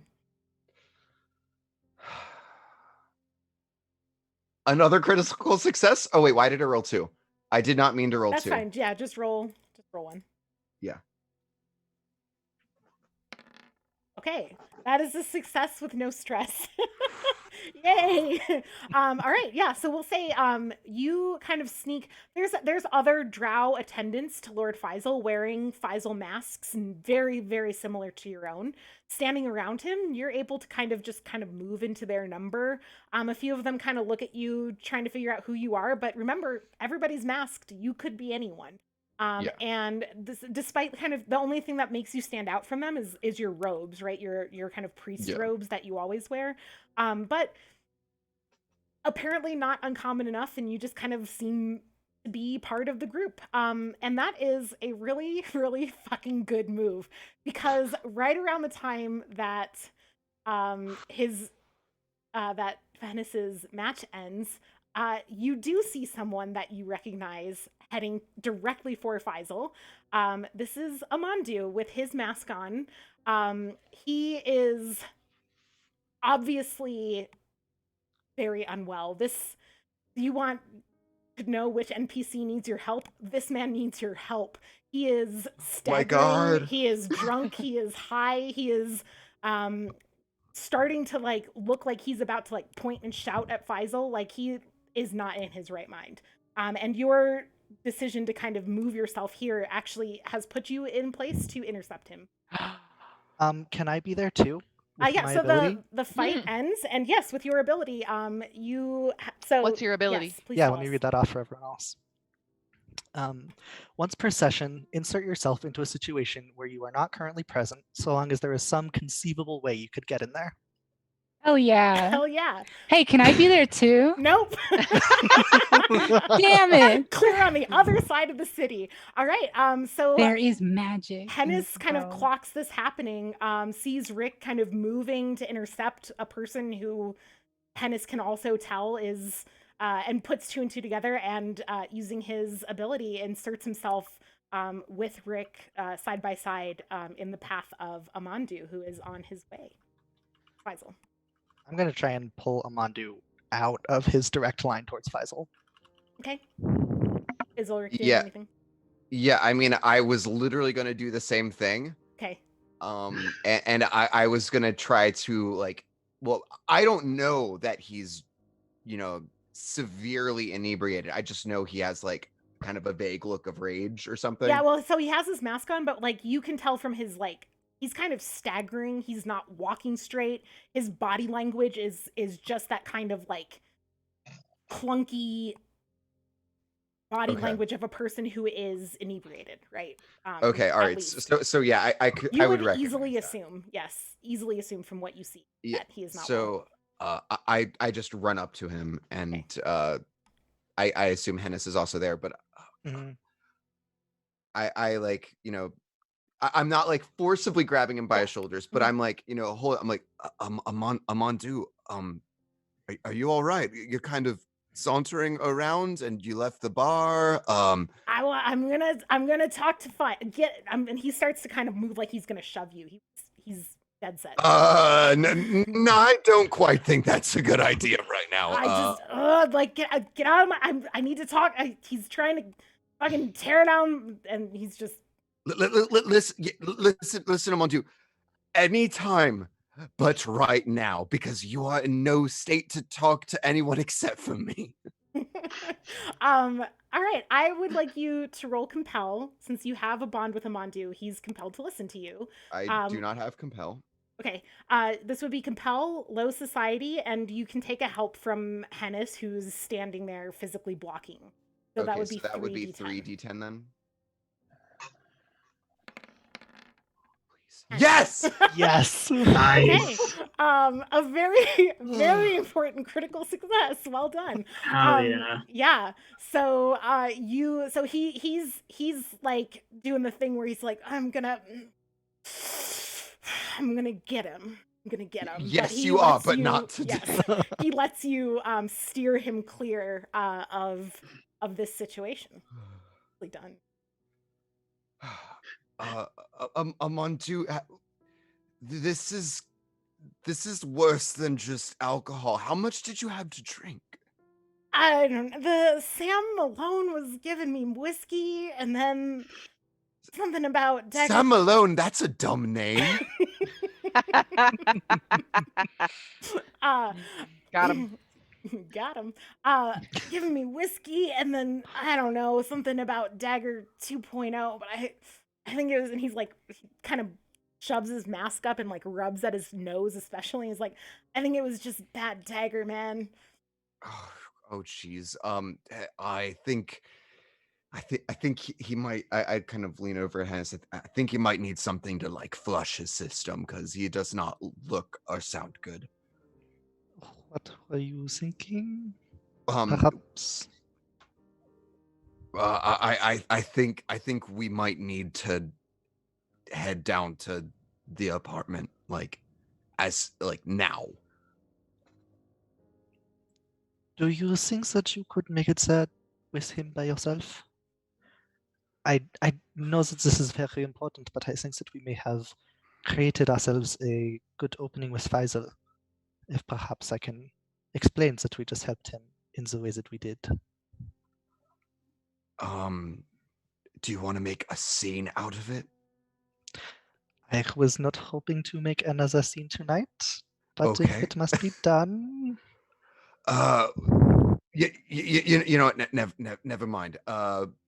That's a great plan. I'll and like I kind of take over the brunt of Amandu's body weight to kind of help like hobble out of here. Perhaps there's one thing that I can and he fiddles around with his clothes to find something that's kind of hidden underneath, and he pulls out some red rope and kind of ties Amandu so he's not gonna quickly run away from you.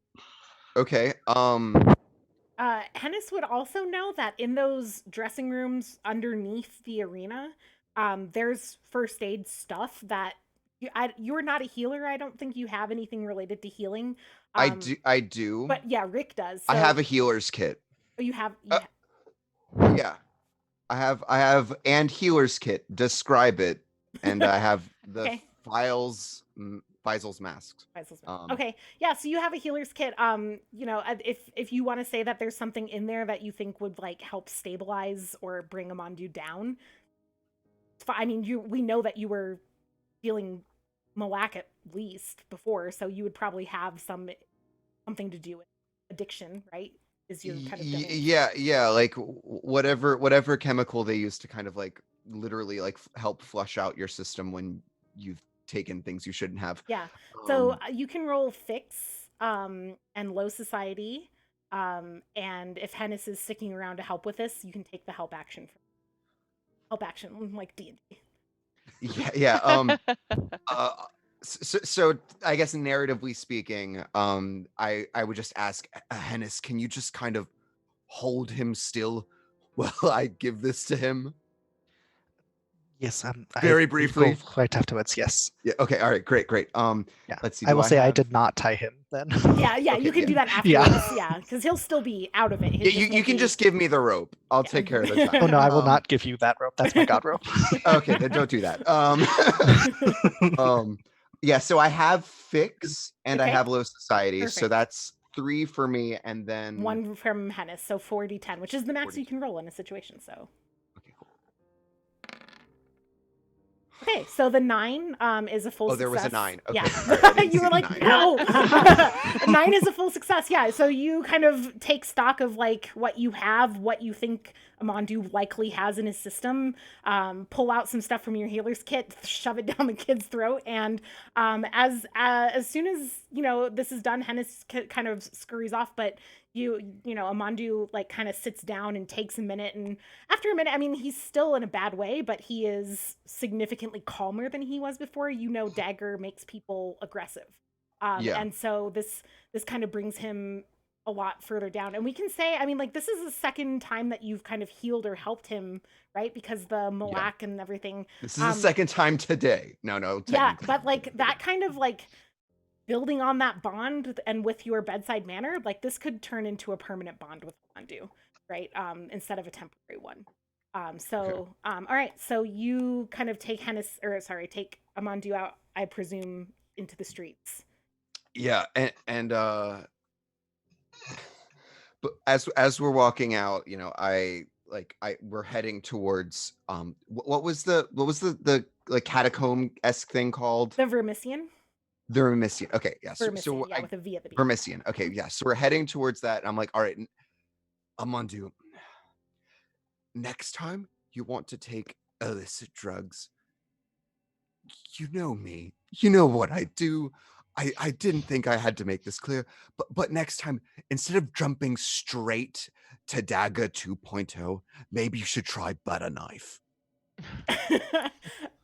He's actually like coming down from this is not a pleasant thing, and he's pretty miserable right now, and still drunk and out of it, right? And he's just like, I don't know what I just wanted to do something good, Rick. I didn't mean to abandon you.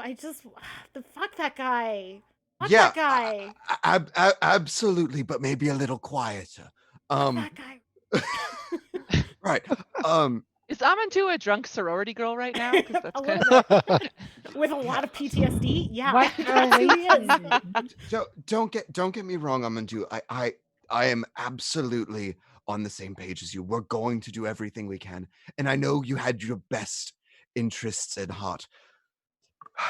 But direct action like that, not the way to go about it. Just think of what would have happened if something had happened to you. What would your Something would boyfriend in happen. Red Row think? He would miss you, right? I would miss him. Well, and think of your mother. Come on. No, don't make me. Yeah, he's just an emotional mess now. Okay, good. And I'm like, all right, calm down. We're gonna take you back to Mama. It's gonna be okay. Okay. Cutscene. All right, you get him to the gutterkin, start making your way back to Derelictus slowly, with Amandu. All right, Hennis, what are you doing? Here. So, what do I see when I walk back into the room around like Faisal and stuff? Around Faisal, so kind of back here behind you, are more of Faisal's kind of people, a couple servants, maybe 4 or 5 of them with his masks on. A few of them kind of looking over their shoulder, like trying to figure out what happened, but you guys kind of kept it contained enough that nobody really caught on. You see Faisal talking to someone that you would presume he knows, another elf or a high elf, over here, and Lady Hellion is kind of making her way over this way. Meanwhile, like the crowd is going nuts as another fight is being announced. This is like another fight hasn't started yet, but like people are getting hyped up for the next kind of big name fighter to come up. And Lady Cassie does seem to be kind of making her way towards where Faisal is. Okay. I'm gonna go up to one of the Drow in his kind of retinue there, because I would know not to speak directly to him. And where'd that accent go? Did do we address them as like Faisal? Would that be weird? Yeah, you wouldn't address them by the name, like of their masters or anything, but you wouldn't know their names. So I don't. Whatever Okay. you think you. I mean, like Drow to Drow, like you typically like have kind of. There's probably like slang words and stuff like the essentially the equivalent of like fam that you could use, Bruh. right? Yeah, bruh. Bruh. But you don't know these people, nor would it. Okay. It would not be common to use their masters. Okay. Then did Faisal know who that was? Addressing the Drow. They kind of look back and forth, and they're like, I don't think he even noticed. He was too busy talking to what's his name. Who was it? Do you know who that was? It seemed like you knew. Did you not? It was only 4 years ago that he was working with you. For months, yeah. So Yes. yeah, they're like 4 months. Was that his? What, didn't he have a fighter who's like a big deal for a while, right? Was that him? His little pet project that he has decided to continue working with. One of the other ones kind of steps in and is like, I heard that they spent a lot of time together. Perhaps they were not as close as he thought. If Well, you could I just... mean, the dude's an asshole, so whatever he thought was probably not what was true. Oh, that is what we are here for, to make them think everything that is not true. But if you could perhaps let him know that whatever he did or is still doing, it must have had a bad effect, because there was clear blood in his eyes that he was out for. I'm glad that none of you noticed, but it was very clear to me. Well, you're the fighter. I wouldn't know. I don't know, man. It's not that I think you're wrong. It's just that if someone wants to come and kind of look around, make sure no one's listening, wants to come and off this dude, no skin off my back, okay?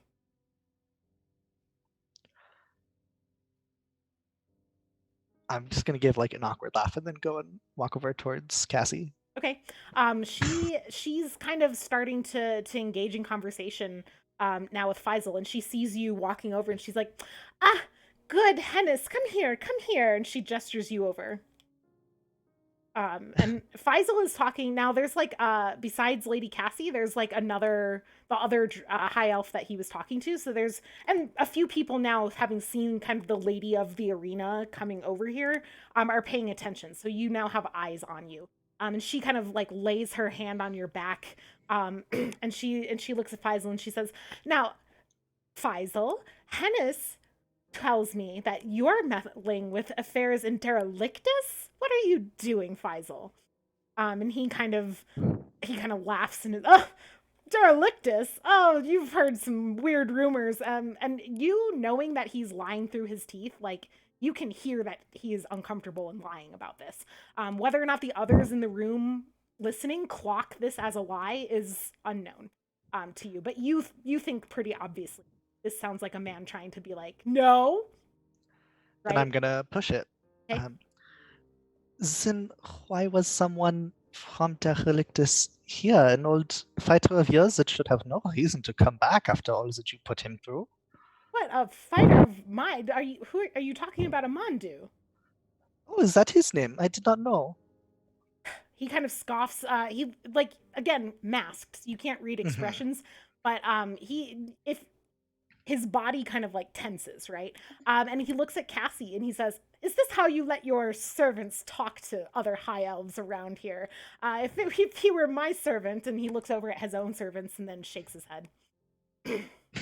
They are all standing very meekly now. For having just been saying, like, "I wish someone would kill this dude," they are standing at straight at attention, like, "Yes, sir." Oh, I'm starting to see it. Don't worry. Does Cassie say anything? Yeah, she just kind of laughs and she says, well, if your fighters run away after their endurances are over, mine stick around. Hennis, that's all if you're not needed. Of course, thank you, my lady. Yeah. Yeah. As long as I can, I'll keep an eye on them to see if Faisal does anything else interesting, but I will leave. Yeah, so they keep talking, and like it seems like maybe Lady Hellion is kind of pushing the Derelictus thing, like, well, why would he say, right? You kind of catch it like, well, why would he say that, you're the landlord if you're not the landlord? And like, you seem to know this Amandu fellow, like, who's that, So he's just kind of like laughing it off, but like, people are watching, so not really sure what exactly will fall out from that, but that's what happens. Cool. Are you heading back to Derelictus? What time of night is it? It's pushing 8:30. Yeah, I think I have time to go back. Okay. I'll change out of everything in that locker room and then head out. Okay. Minrai. You. Hello, it's me. You. While this was all happening, you were working on a tunnel. Yes. I think I've been doing a tunnel. I think that this is going to be a fix roll because I have fix. Yay. I'm prepared for this tunnel. This is the only thing I'm good at. Because you recruited community help, you're gonna get an extra D10. So you'll roll low society, fix, your base D10, and a +1, and so 4D10 to build this tunnel. Okay, 4D10. I can roll that with my dice. Boom. Hey, that's an 8. An 8 is a success with no stress. So with your pals that you have recruited, thanks to the help of Auntie Rosaline and Celavi and Mildred's adopted daughter person, you managed to kind of dig this hole, this tunnel, a secondary entrance to Marguerite's house area. And Marguerite kind of hangs like a little curtain?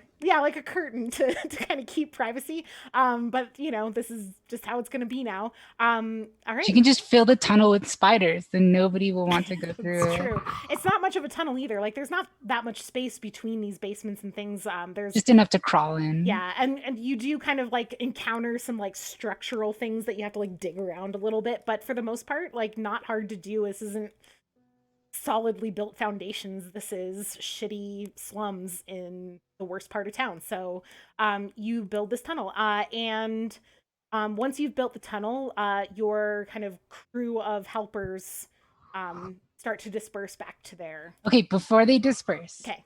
Is there one of them that it looks like people wouldn't miss as much? People wouldn't miss as much? Yeah. Are you gonna kill them? No, I'm not gonna kill them. Okay. But I do remind all of them, don't forget to donate blood if you need to, if you haven't in a week or two, and you haven't been eating the bread. You know what? Don't donate any blood. I'll get back to you. Didn't think that through before I started it. So it's Celavi is one of them. Rosaline, let me check.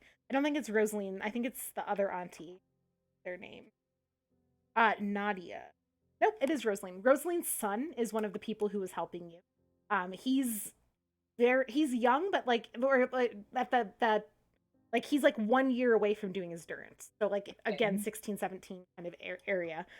His son was one of the loners? ones.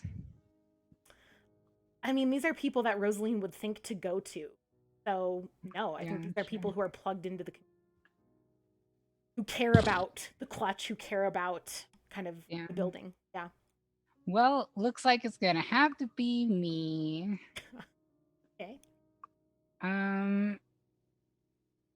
Before they all go, I will ask them if anybody knows anything about buildings and like architecture. I'm gonna do a luck roll for you. Yes, please luck. 10. Hey, it wouldn't be Celavi and it wouldn't be Rosaline's son. So we'll say that there was like an older drow who is still in really good shape, but like kind of past prime years for working and stuff. Mostly works at the building now instead of out in the community. He kind of hangs back and says, "Yeah, I guess I helped build a few things in my day." Well, that's good. Wait, I need to do the accent. Well, that is very good. I am going to ask you to help me now in a little bit of strange task. Do you see this doorway here? Yes. Well, I am sure you wonder, why do you dig hole? There is door right here. You want the door gone?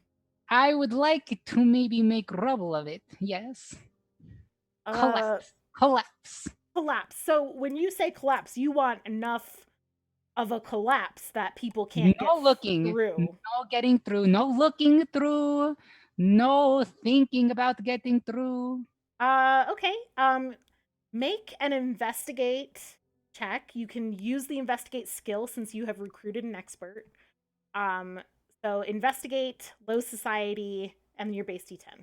Okay, I have investigate. Okay, then you can take an extra D10 of mastery. Again, the expert helps. So Legend. 4D10. I told you mastery would come into play. And I have low society, so that's D4 or 4D10. 4. Yeah. Words.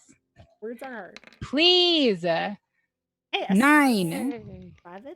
9. Oh yeah, it's upside down. 9. 9. Yeah. He helps you kind of like figure it out. Basically what you're looking at is you could easily collapse the doorway itself, which would bring some of the surrounding like structure of the earth. This is a basement, right? It's built into the earth. It would bring some of that earth down with it. He plans it out where he thinks like, okay, if you like tear here and here, like you're not going to collapse the first story of the building.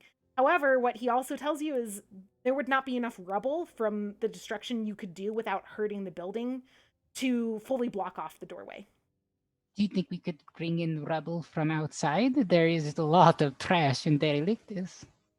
I mean, if you want to, there's no reason not to. This gives me idea. Okay, you sit right here, and I start to get my blood taking kit, and I'll start taking his blood. Okay. I will be back in a moment. Marguerite will finish this up. Thank you for your help. We will collapse this evening a little bit later, maybe. Does that Make sure sound you give good? him a cookie after you take his blood, though. Yes, Marguerite has these wonderful cookies.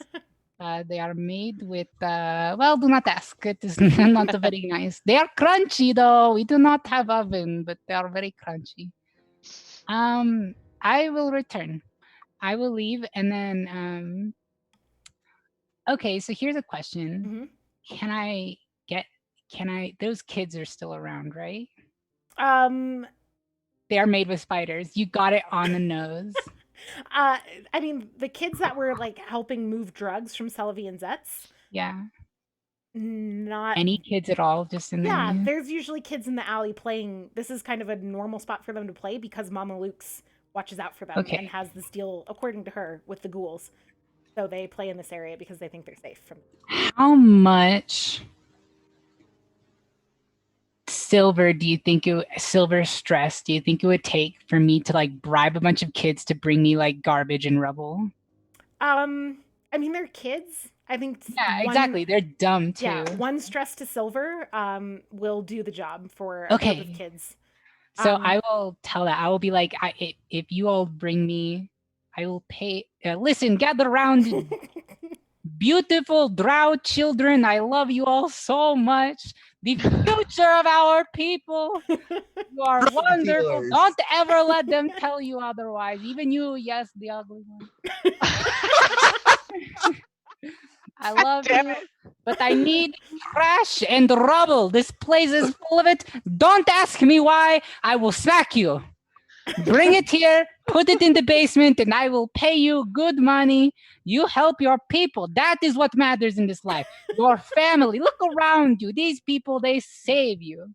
Now bring me trash. Go. Yeah, okay. You take 1 stress to silver. You take a stress to silver. Okay. to avoid the.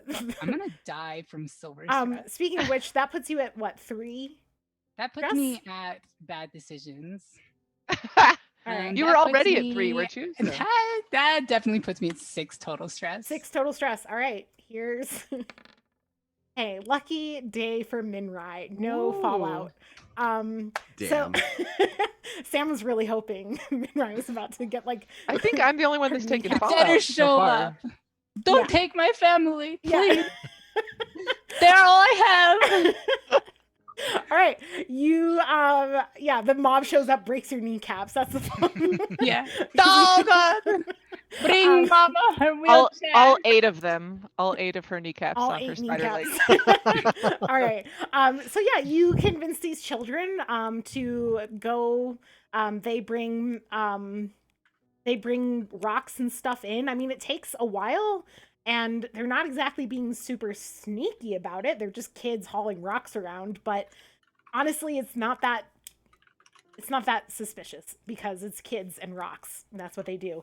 But also, they can't move like big rocks, right? These are kids, so they bring you mostly small rubble. I mean, it's enough to kind of pile up into the doorway. Okay, cool. This is good. I don't know what I expected. You are kids. That's not enough, I don't think. Is it enough? Around this time, by the way, Kelvy and Barnabas, who were lower on Spire and left sooner, would be arriving back to 228. It's enough. You think like you haven't collapsed the door yet, right? Not yet. Okay. Not yet. Got it. I'm becoming Minrai. Ava becomes Minrai. Yeah, it's you haven't actually collapsed it, so you're not 100% sure based on how much rubble you're going to generate from the collapse itself. But you think it's probably enough if you stack it just Okay. right. You do a really Do Kelby and who else is it? Barnabas. Me. Do y'all find me? So would you be in the basement? It's I mean, would you guys go to the basement or would you go upstairs? I mean, I would think we would go to our rooms Would first. would you Yeah, follow yeah, we the could probably take it trail apart of first. kids like Or like, yeah, would we bringing notice like that? trash Here's my thing. Yeah. Yeah, would we notice like children carrying trash and rubble? Yeah, I said they were forward to the being basement? sneaky, so sure, you notice them. Yeah, Yeah. okay. I think I would then follow the Okay. children carrying a bunch, or I would stop one and ask them what they were doing. Like, I have a relationship with everybody here. They love me. I'm great. Stop the ugly one. Especially the ugly one. Yeah, we love him. I love uglies. Yeah, the kid tells My you favorite. that that midwife person told us to bring rocks, and look, and pulls out some money that Minrai gave them and shows it to you.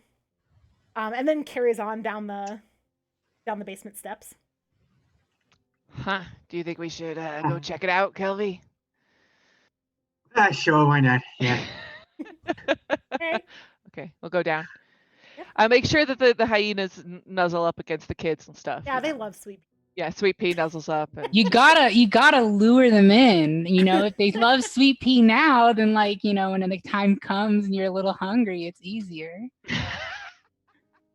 Sweet Pea doesn't eat friends. I'd rather just summon another gunman. Yeah, that's It's a good a lot easier to get sweet pea lunch when it's just Right? Can you we know. just be lazy and you just summon a gunman every time it's lunch and then be like, thanks, Kelvy, and we'll just both like Oh fucking my eat? gosh. Yeah. One day he's gonna summon. We have Hennis wait at the door when they come through, you know. And then, just stab him in the neck as soon as they yeah, show. right. All right. I'm in the corner with all the other gunmen. Yeah, so you see Minrai kind of directing the children to and fro with piles of rocks. Come, children. Ah. Oh. It's what's going on here, Minrai? Ah, you are back. This is wonderful. I have great news for both of you. It is beautiful to see you. I'll walk up and I'll give Barnabas a hug and I'll give Sweet Pea a pat and then I'll go to give Kelby a hug and then kind of pull back and be like, well, you know, it's good to see you. It's been so long. Well, It's a lot like has it's been been happening. forever. Yeah, it has 4 been a hours. long Tuesday. Barnabas just stands there, like arms open, like, huh? I'll give you a hug. Eh. Yeah. Yeah. It is very good to see you, friends. A lot has happened, and also not that much has happened.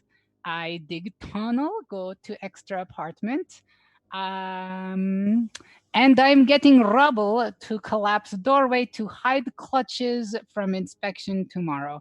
I do not think that we can maybe fight the whole troop of soldiers. Also, Marguerite knows about your thing now. But she seemed very accepting, very progressive for me. Oh, Kelvy backs the fuck away. No, into no, a no, it's wall good. and It's starts good. like She's very happy. hyperventilating. No, calm, calm. It's good. It's good.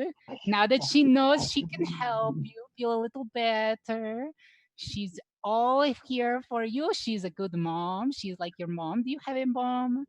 Do the kids know too? Nobody knows except for me and Marguerite and the group. And that is it. Oh, you know what? I'm okay with this. She doesn't leave the basement. It's fine. She's great at secrets. We have a lot. Sure. As long as she doesn't share. Yeah, she never shares, except with the clutch. But they are eggs. They cannot hear your story. They could have dreams later. I guess yes. Everybody can have dreams. Like a decade later, there's a small kid who has a burning desire to kill a guy named Kelvy because he's got, infected blood and shit. Like, I don't want that. I do not think eggs have ears. Well, until they get closer to that. Don't worry about it. Anyways, I need rocks. I send kids for rocks. I also forget that kids are very small with their little tiny hands. I need big rubble. You seem very strong, Barnabas, Kelvy. Come bring me rubble. I pay you in hugs. Even you, Kelvy. Do you want hugs? I need a lot of things right now, drugs mainly, but like. Well, you can get that too. It's a later thing. Yeah. I got news though.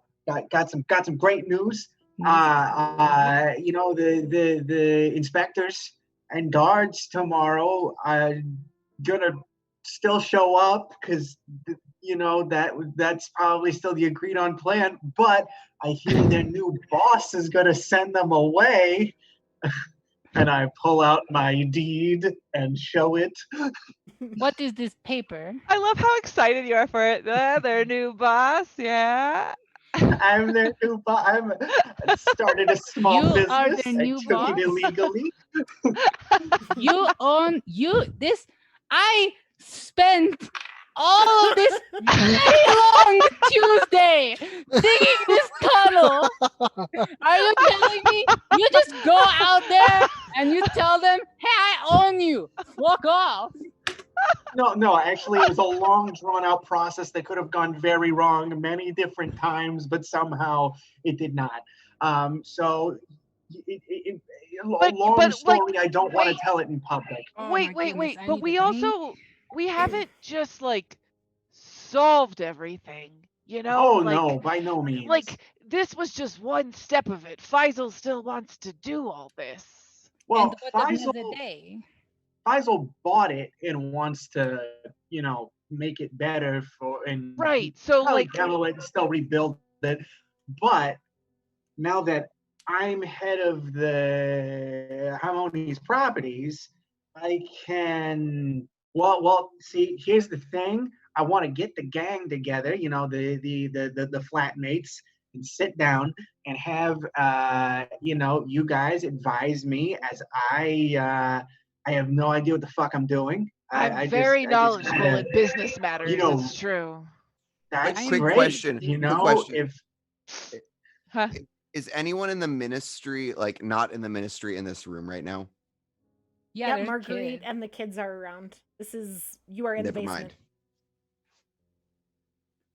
Continue. Look, this is cool. Yes.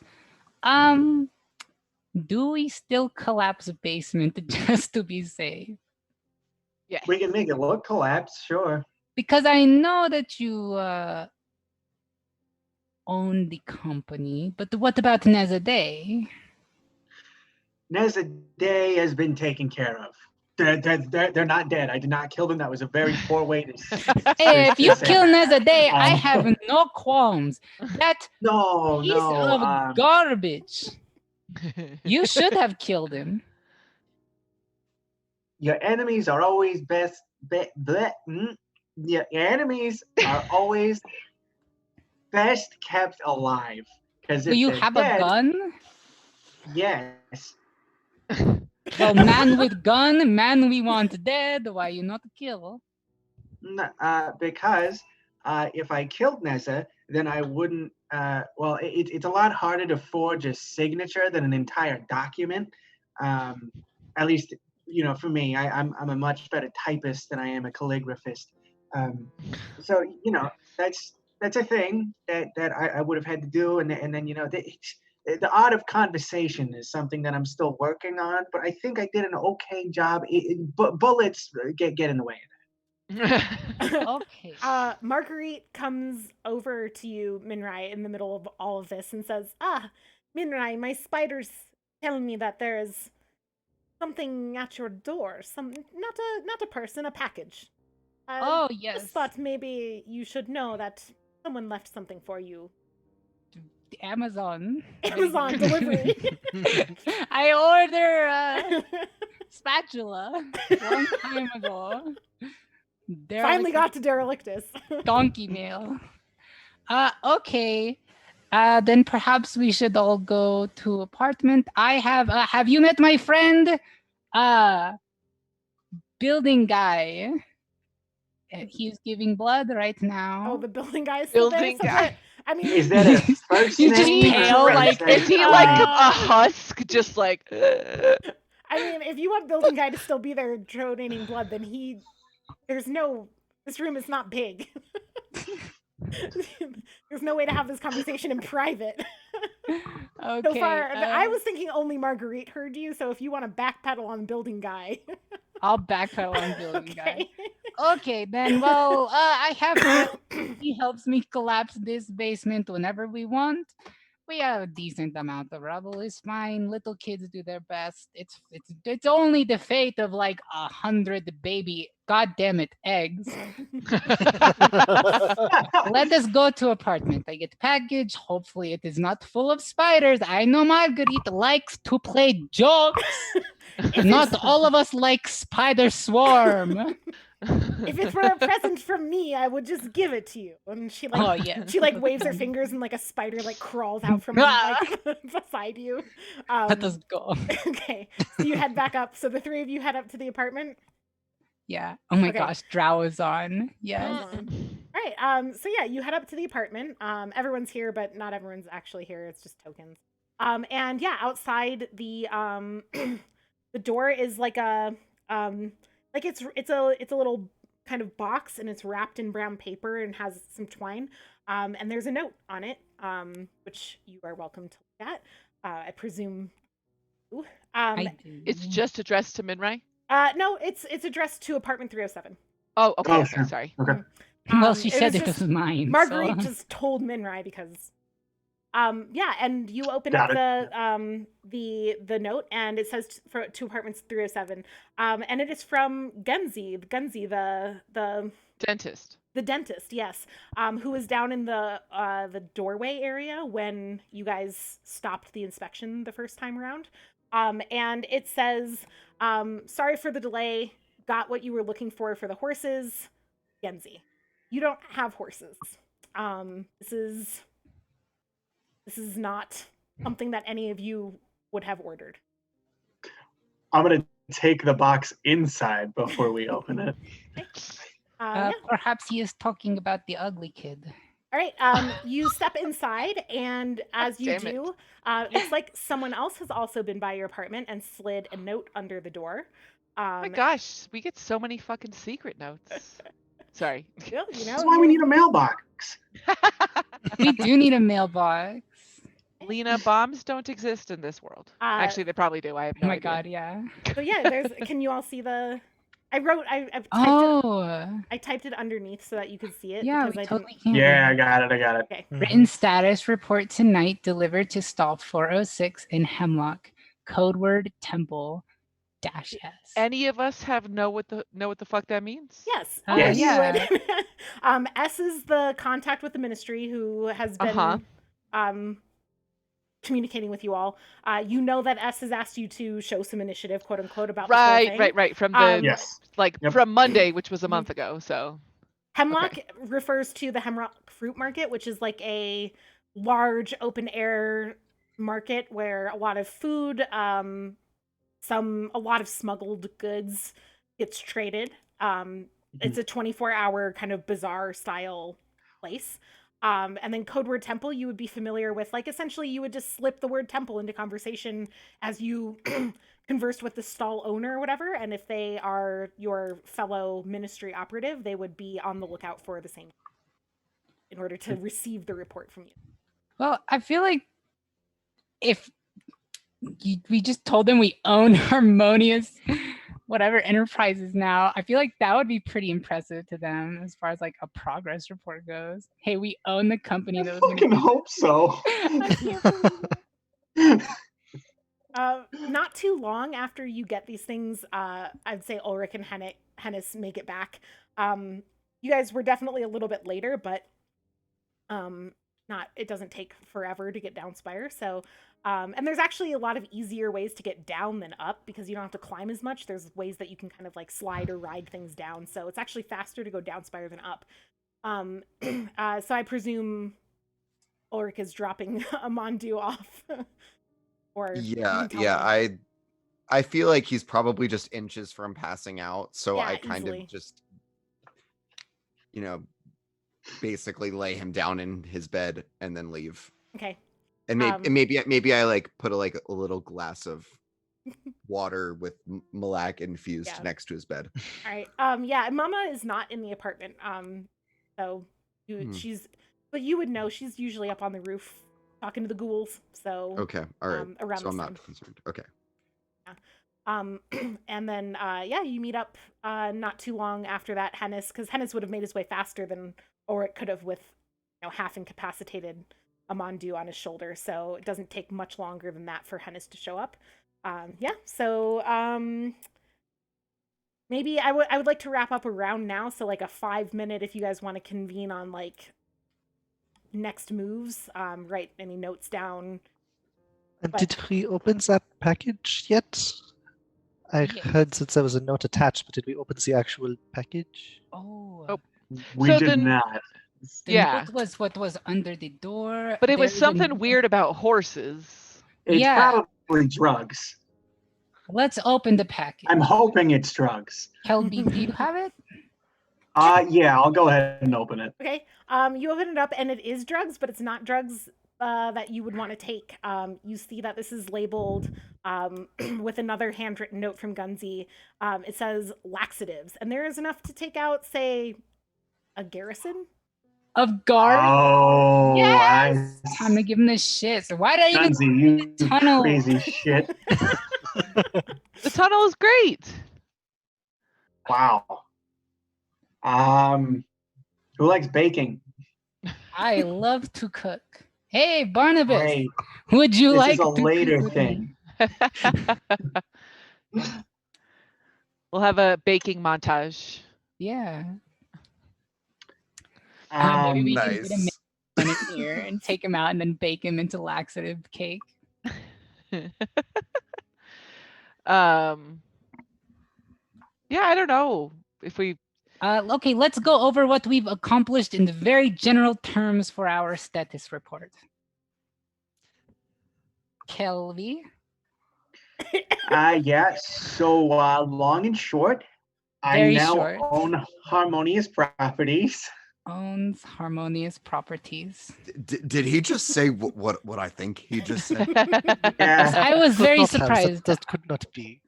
I spent all day working and teaches the goals and does this crazy thing. You can ask Barnabas. It was through very, very strenuous means. Okay, all right. I will absolutely ask Barnabas after the stream ends. I mean, they win as they win. Yep. Ulrich, what have you accomplished? Well, I had a very near pass with something that could have been much worse for Amandu, but I'm getting ahead of myself. Prevented disaster. Started off with I learned that from Mr. Engelori that Faisal might not be what he seems. He very much appears to probably know something, and is probably in on it, and would not be doing what he's doing solely for the reputation points like we thought before. But on top of that, Elise, what was the additional point you made about Faisal that I seem to have forgotten? That if you were to be like, in order to persuade him, you would need to have like a good hand of cards, right? Essentially, have a lot of good information at like ready to go. Right, and so as well as what our GM just said, we would the voice need to... of God speaks down from the heavens. Don't forget. we must have every piece of information possible before we can attempt to make a case to convince Lord Faisal that destroying and rebuilding this apartment is not in his best interest. And then secondly, I might have at one moment lost Amandu and then found him attempting to possibly kill Lord Faisal. Well, I will leave that out of report, but I did say prevented disaster, so you know. Thank you. Hennis, you are next. I assume you won based on your lack of dead. I can't believe you rolled 3 crit 10s. I know. Fucking nuts. The fight, that was nothing. I cannot even remember what happened. I assume you killed the other guy.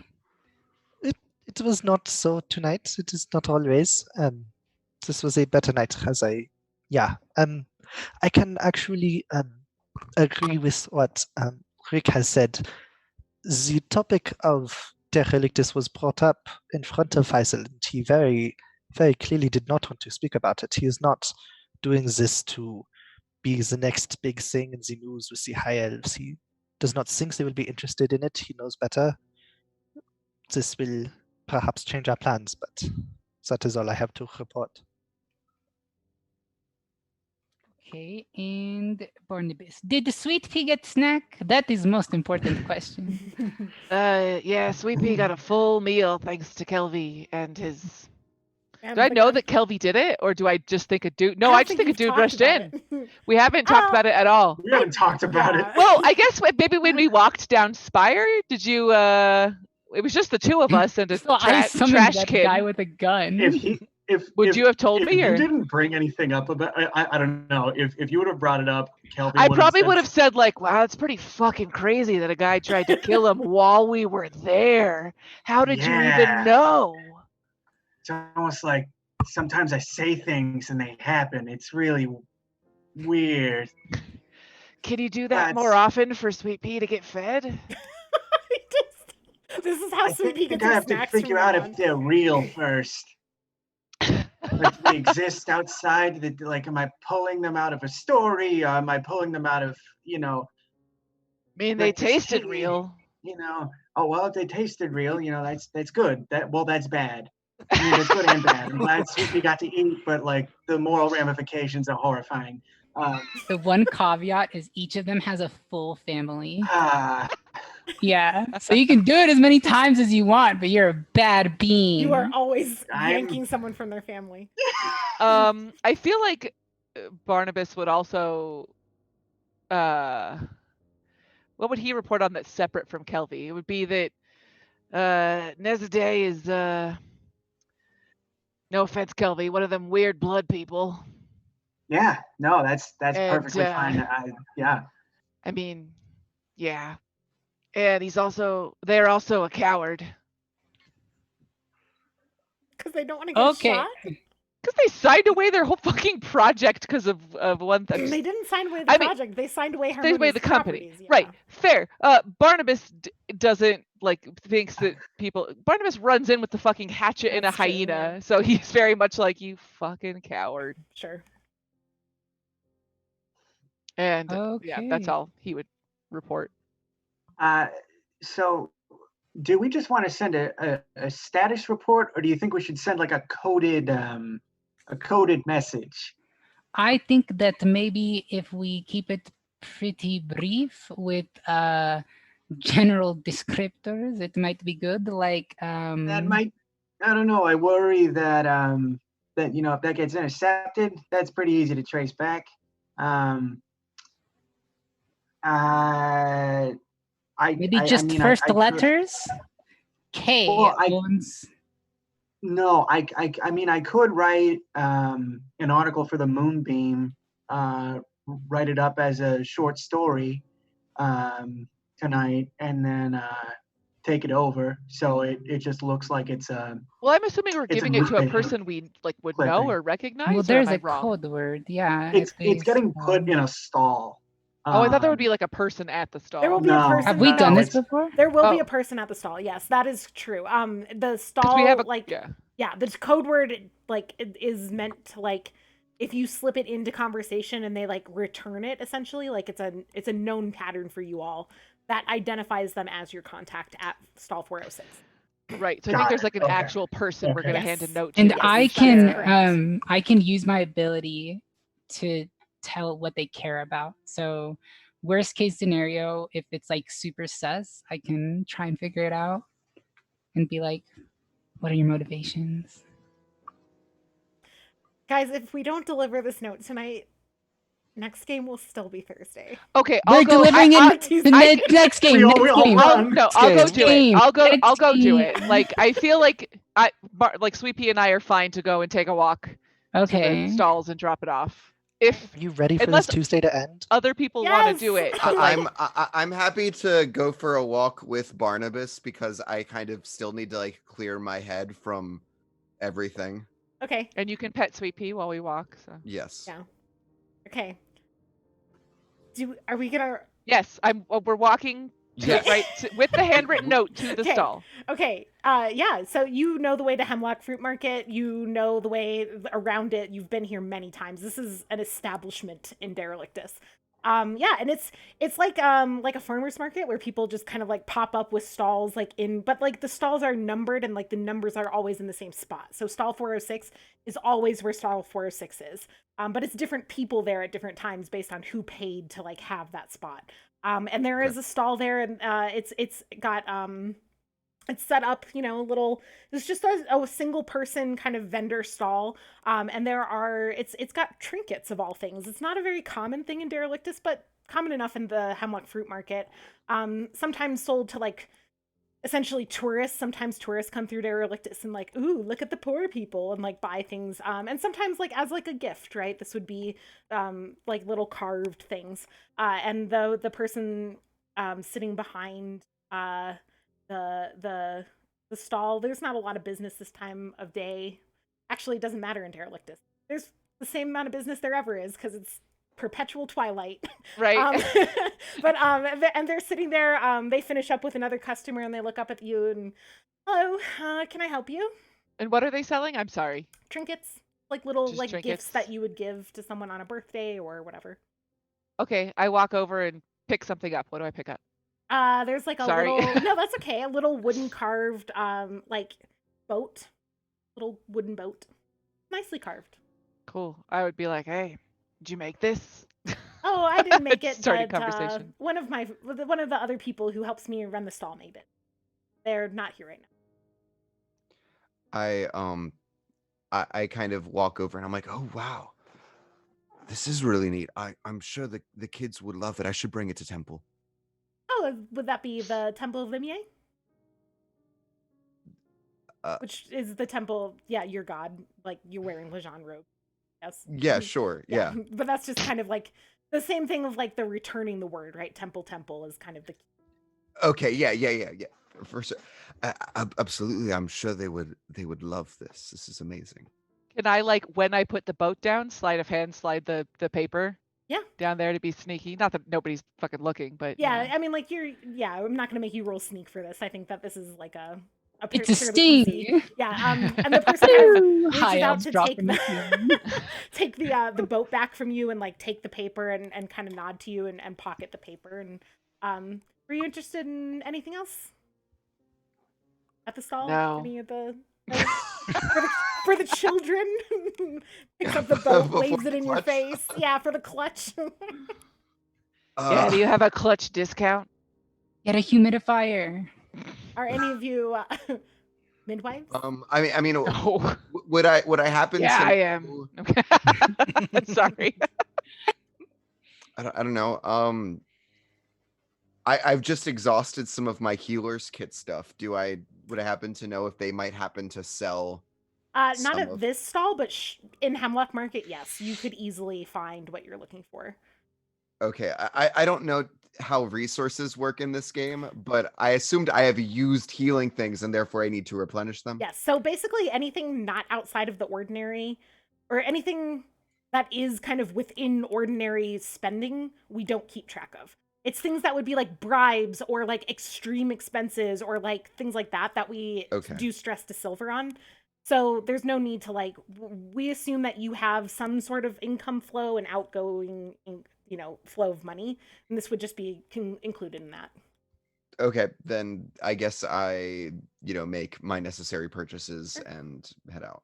I feel like I would just make uncomfortable small talk with them while he did that. Like he went around to make his unnecessary purchases, and I You would just just be stay there like, and the person's like, so you like boats? I mean, it's just, Yeah. What else? What else do you carve? I told you it's the other person. What else do they carve? All right. Okay, Barnabas. I think they've had enough. Okay. Oh, are you ready to go? and remember, Barnabas is liked by everyone. Okay, we've got to end. So is there Yes. anything else that needs to happen before we officially call this Tuesday over? Good night. Yay! Everybody goes to bed. Yay. Okay. Yes, we Oh, did it. am I We in my finally bed? killed Okay. You Tuesday. killed Tuesday. Congratulations. Oh wait, no! Before I go to bed, I would collapse the thing. Very yeah, small yes. thing. Oh, yes. Collapsing like a Okay. basement archway. Let's Because all go it's- to our beds too. It's Sorry. 9:30 and you had help and you already rolled. Just fucking collapse it. I'm Yeah, done with Tuesday. Tuesday has to be over. Success. Okay. Does that count as helping the defenseless? These eggs? Will it count think- tomorrow? I think helped this- undo. I think this counts. You can erase one D3 of stress. Okay. For this. Oh yeah, because I'm at 6 stress and I've literally used all my resistances across the board. Okay. One thing, the successful changing of Harmonia's properties from Neza to Kelvi counts as a significant change to Spire, and I think you all take a low advance for that. So Yes. Legend. you guys can decide on that between now and the next one, and we'll update each other on that. But just so everyone knows, that's kind of like there's not really leveling up in this game, but this is like you get more advances, which give you more abilities, and the bigger change that you create, the bigger the advance you can take. This We can counts talk as- about that after and what that Yeah, means. we'll talk for about that what we after. do. But okay, so let's sign off. Is there anything else? Let's see. Tomorrow, tune in for the finale of Tier Beyond Tier. the Door. Doors? Doors. Yeah. Plural. There are more Doors. than one. And then, yes, we will see you then. Don't forget to like, comment, and subscribe. Yeah, hit that. Smash that like Smash button. it. All right. Smash it. All right. Good night, everybody. Thanks for tuning in.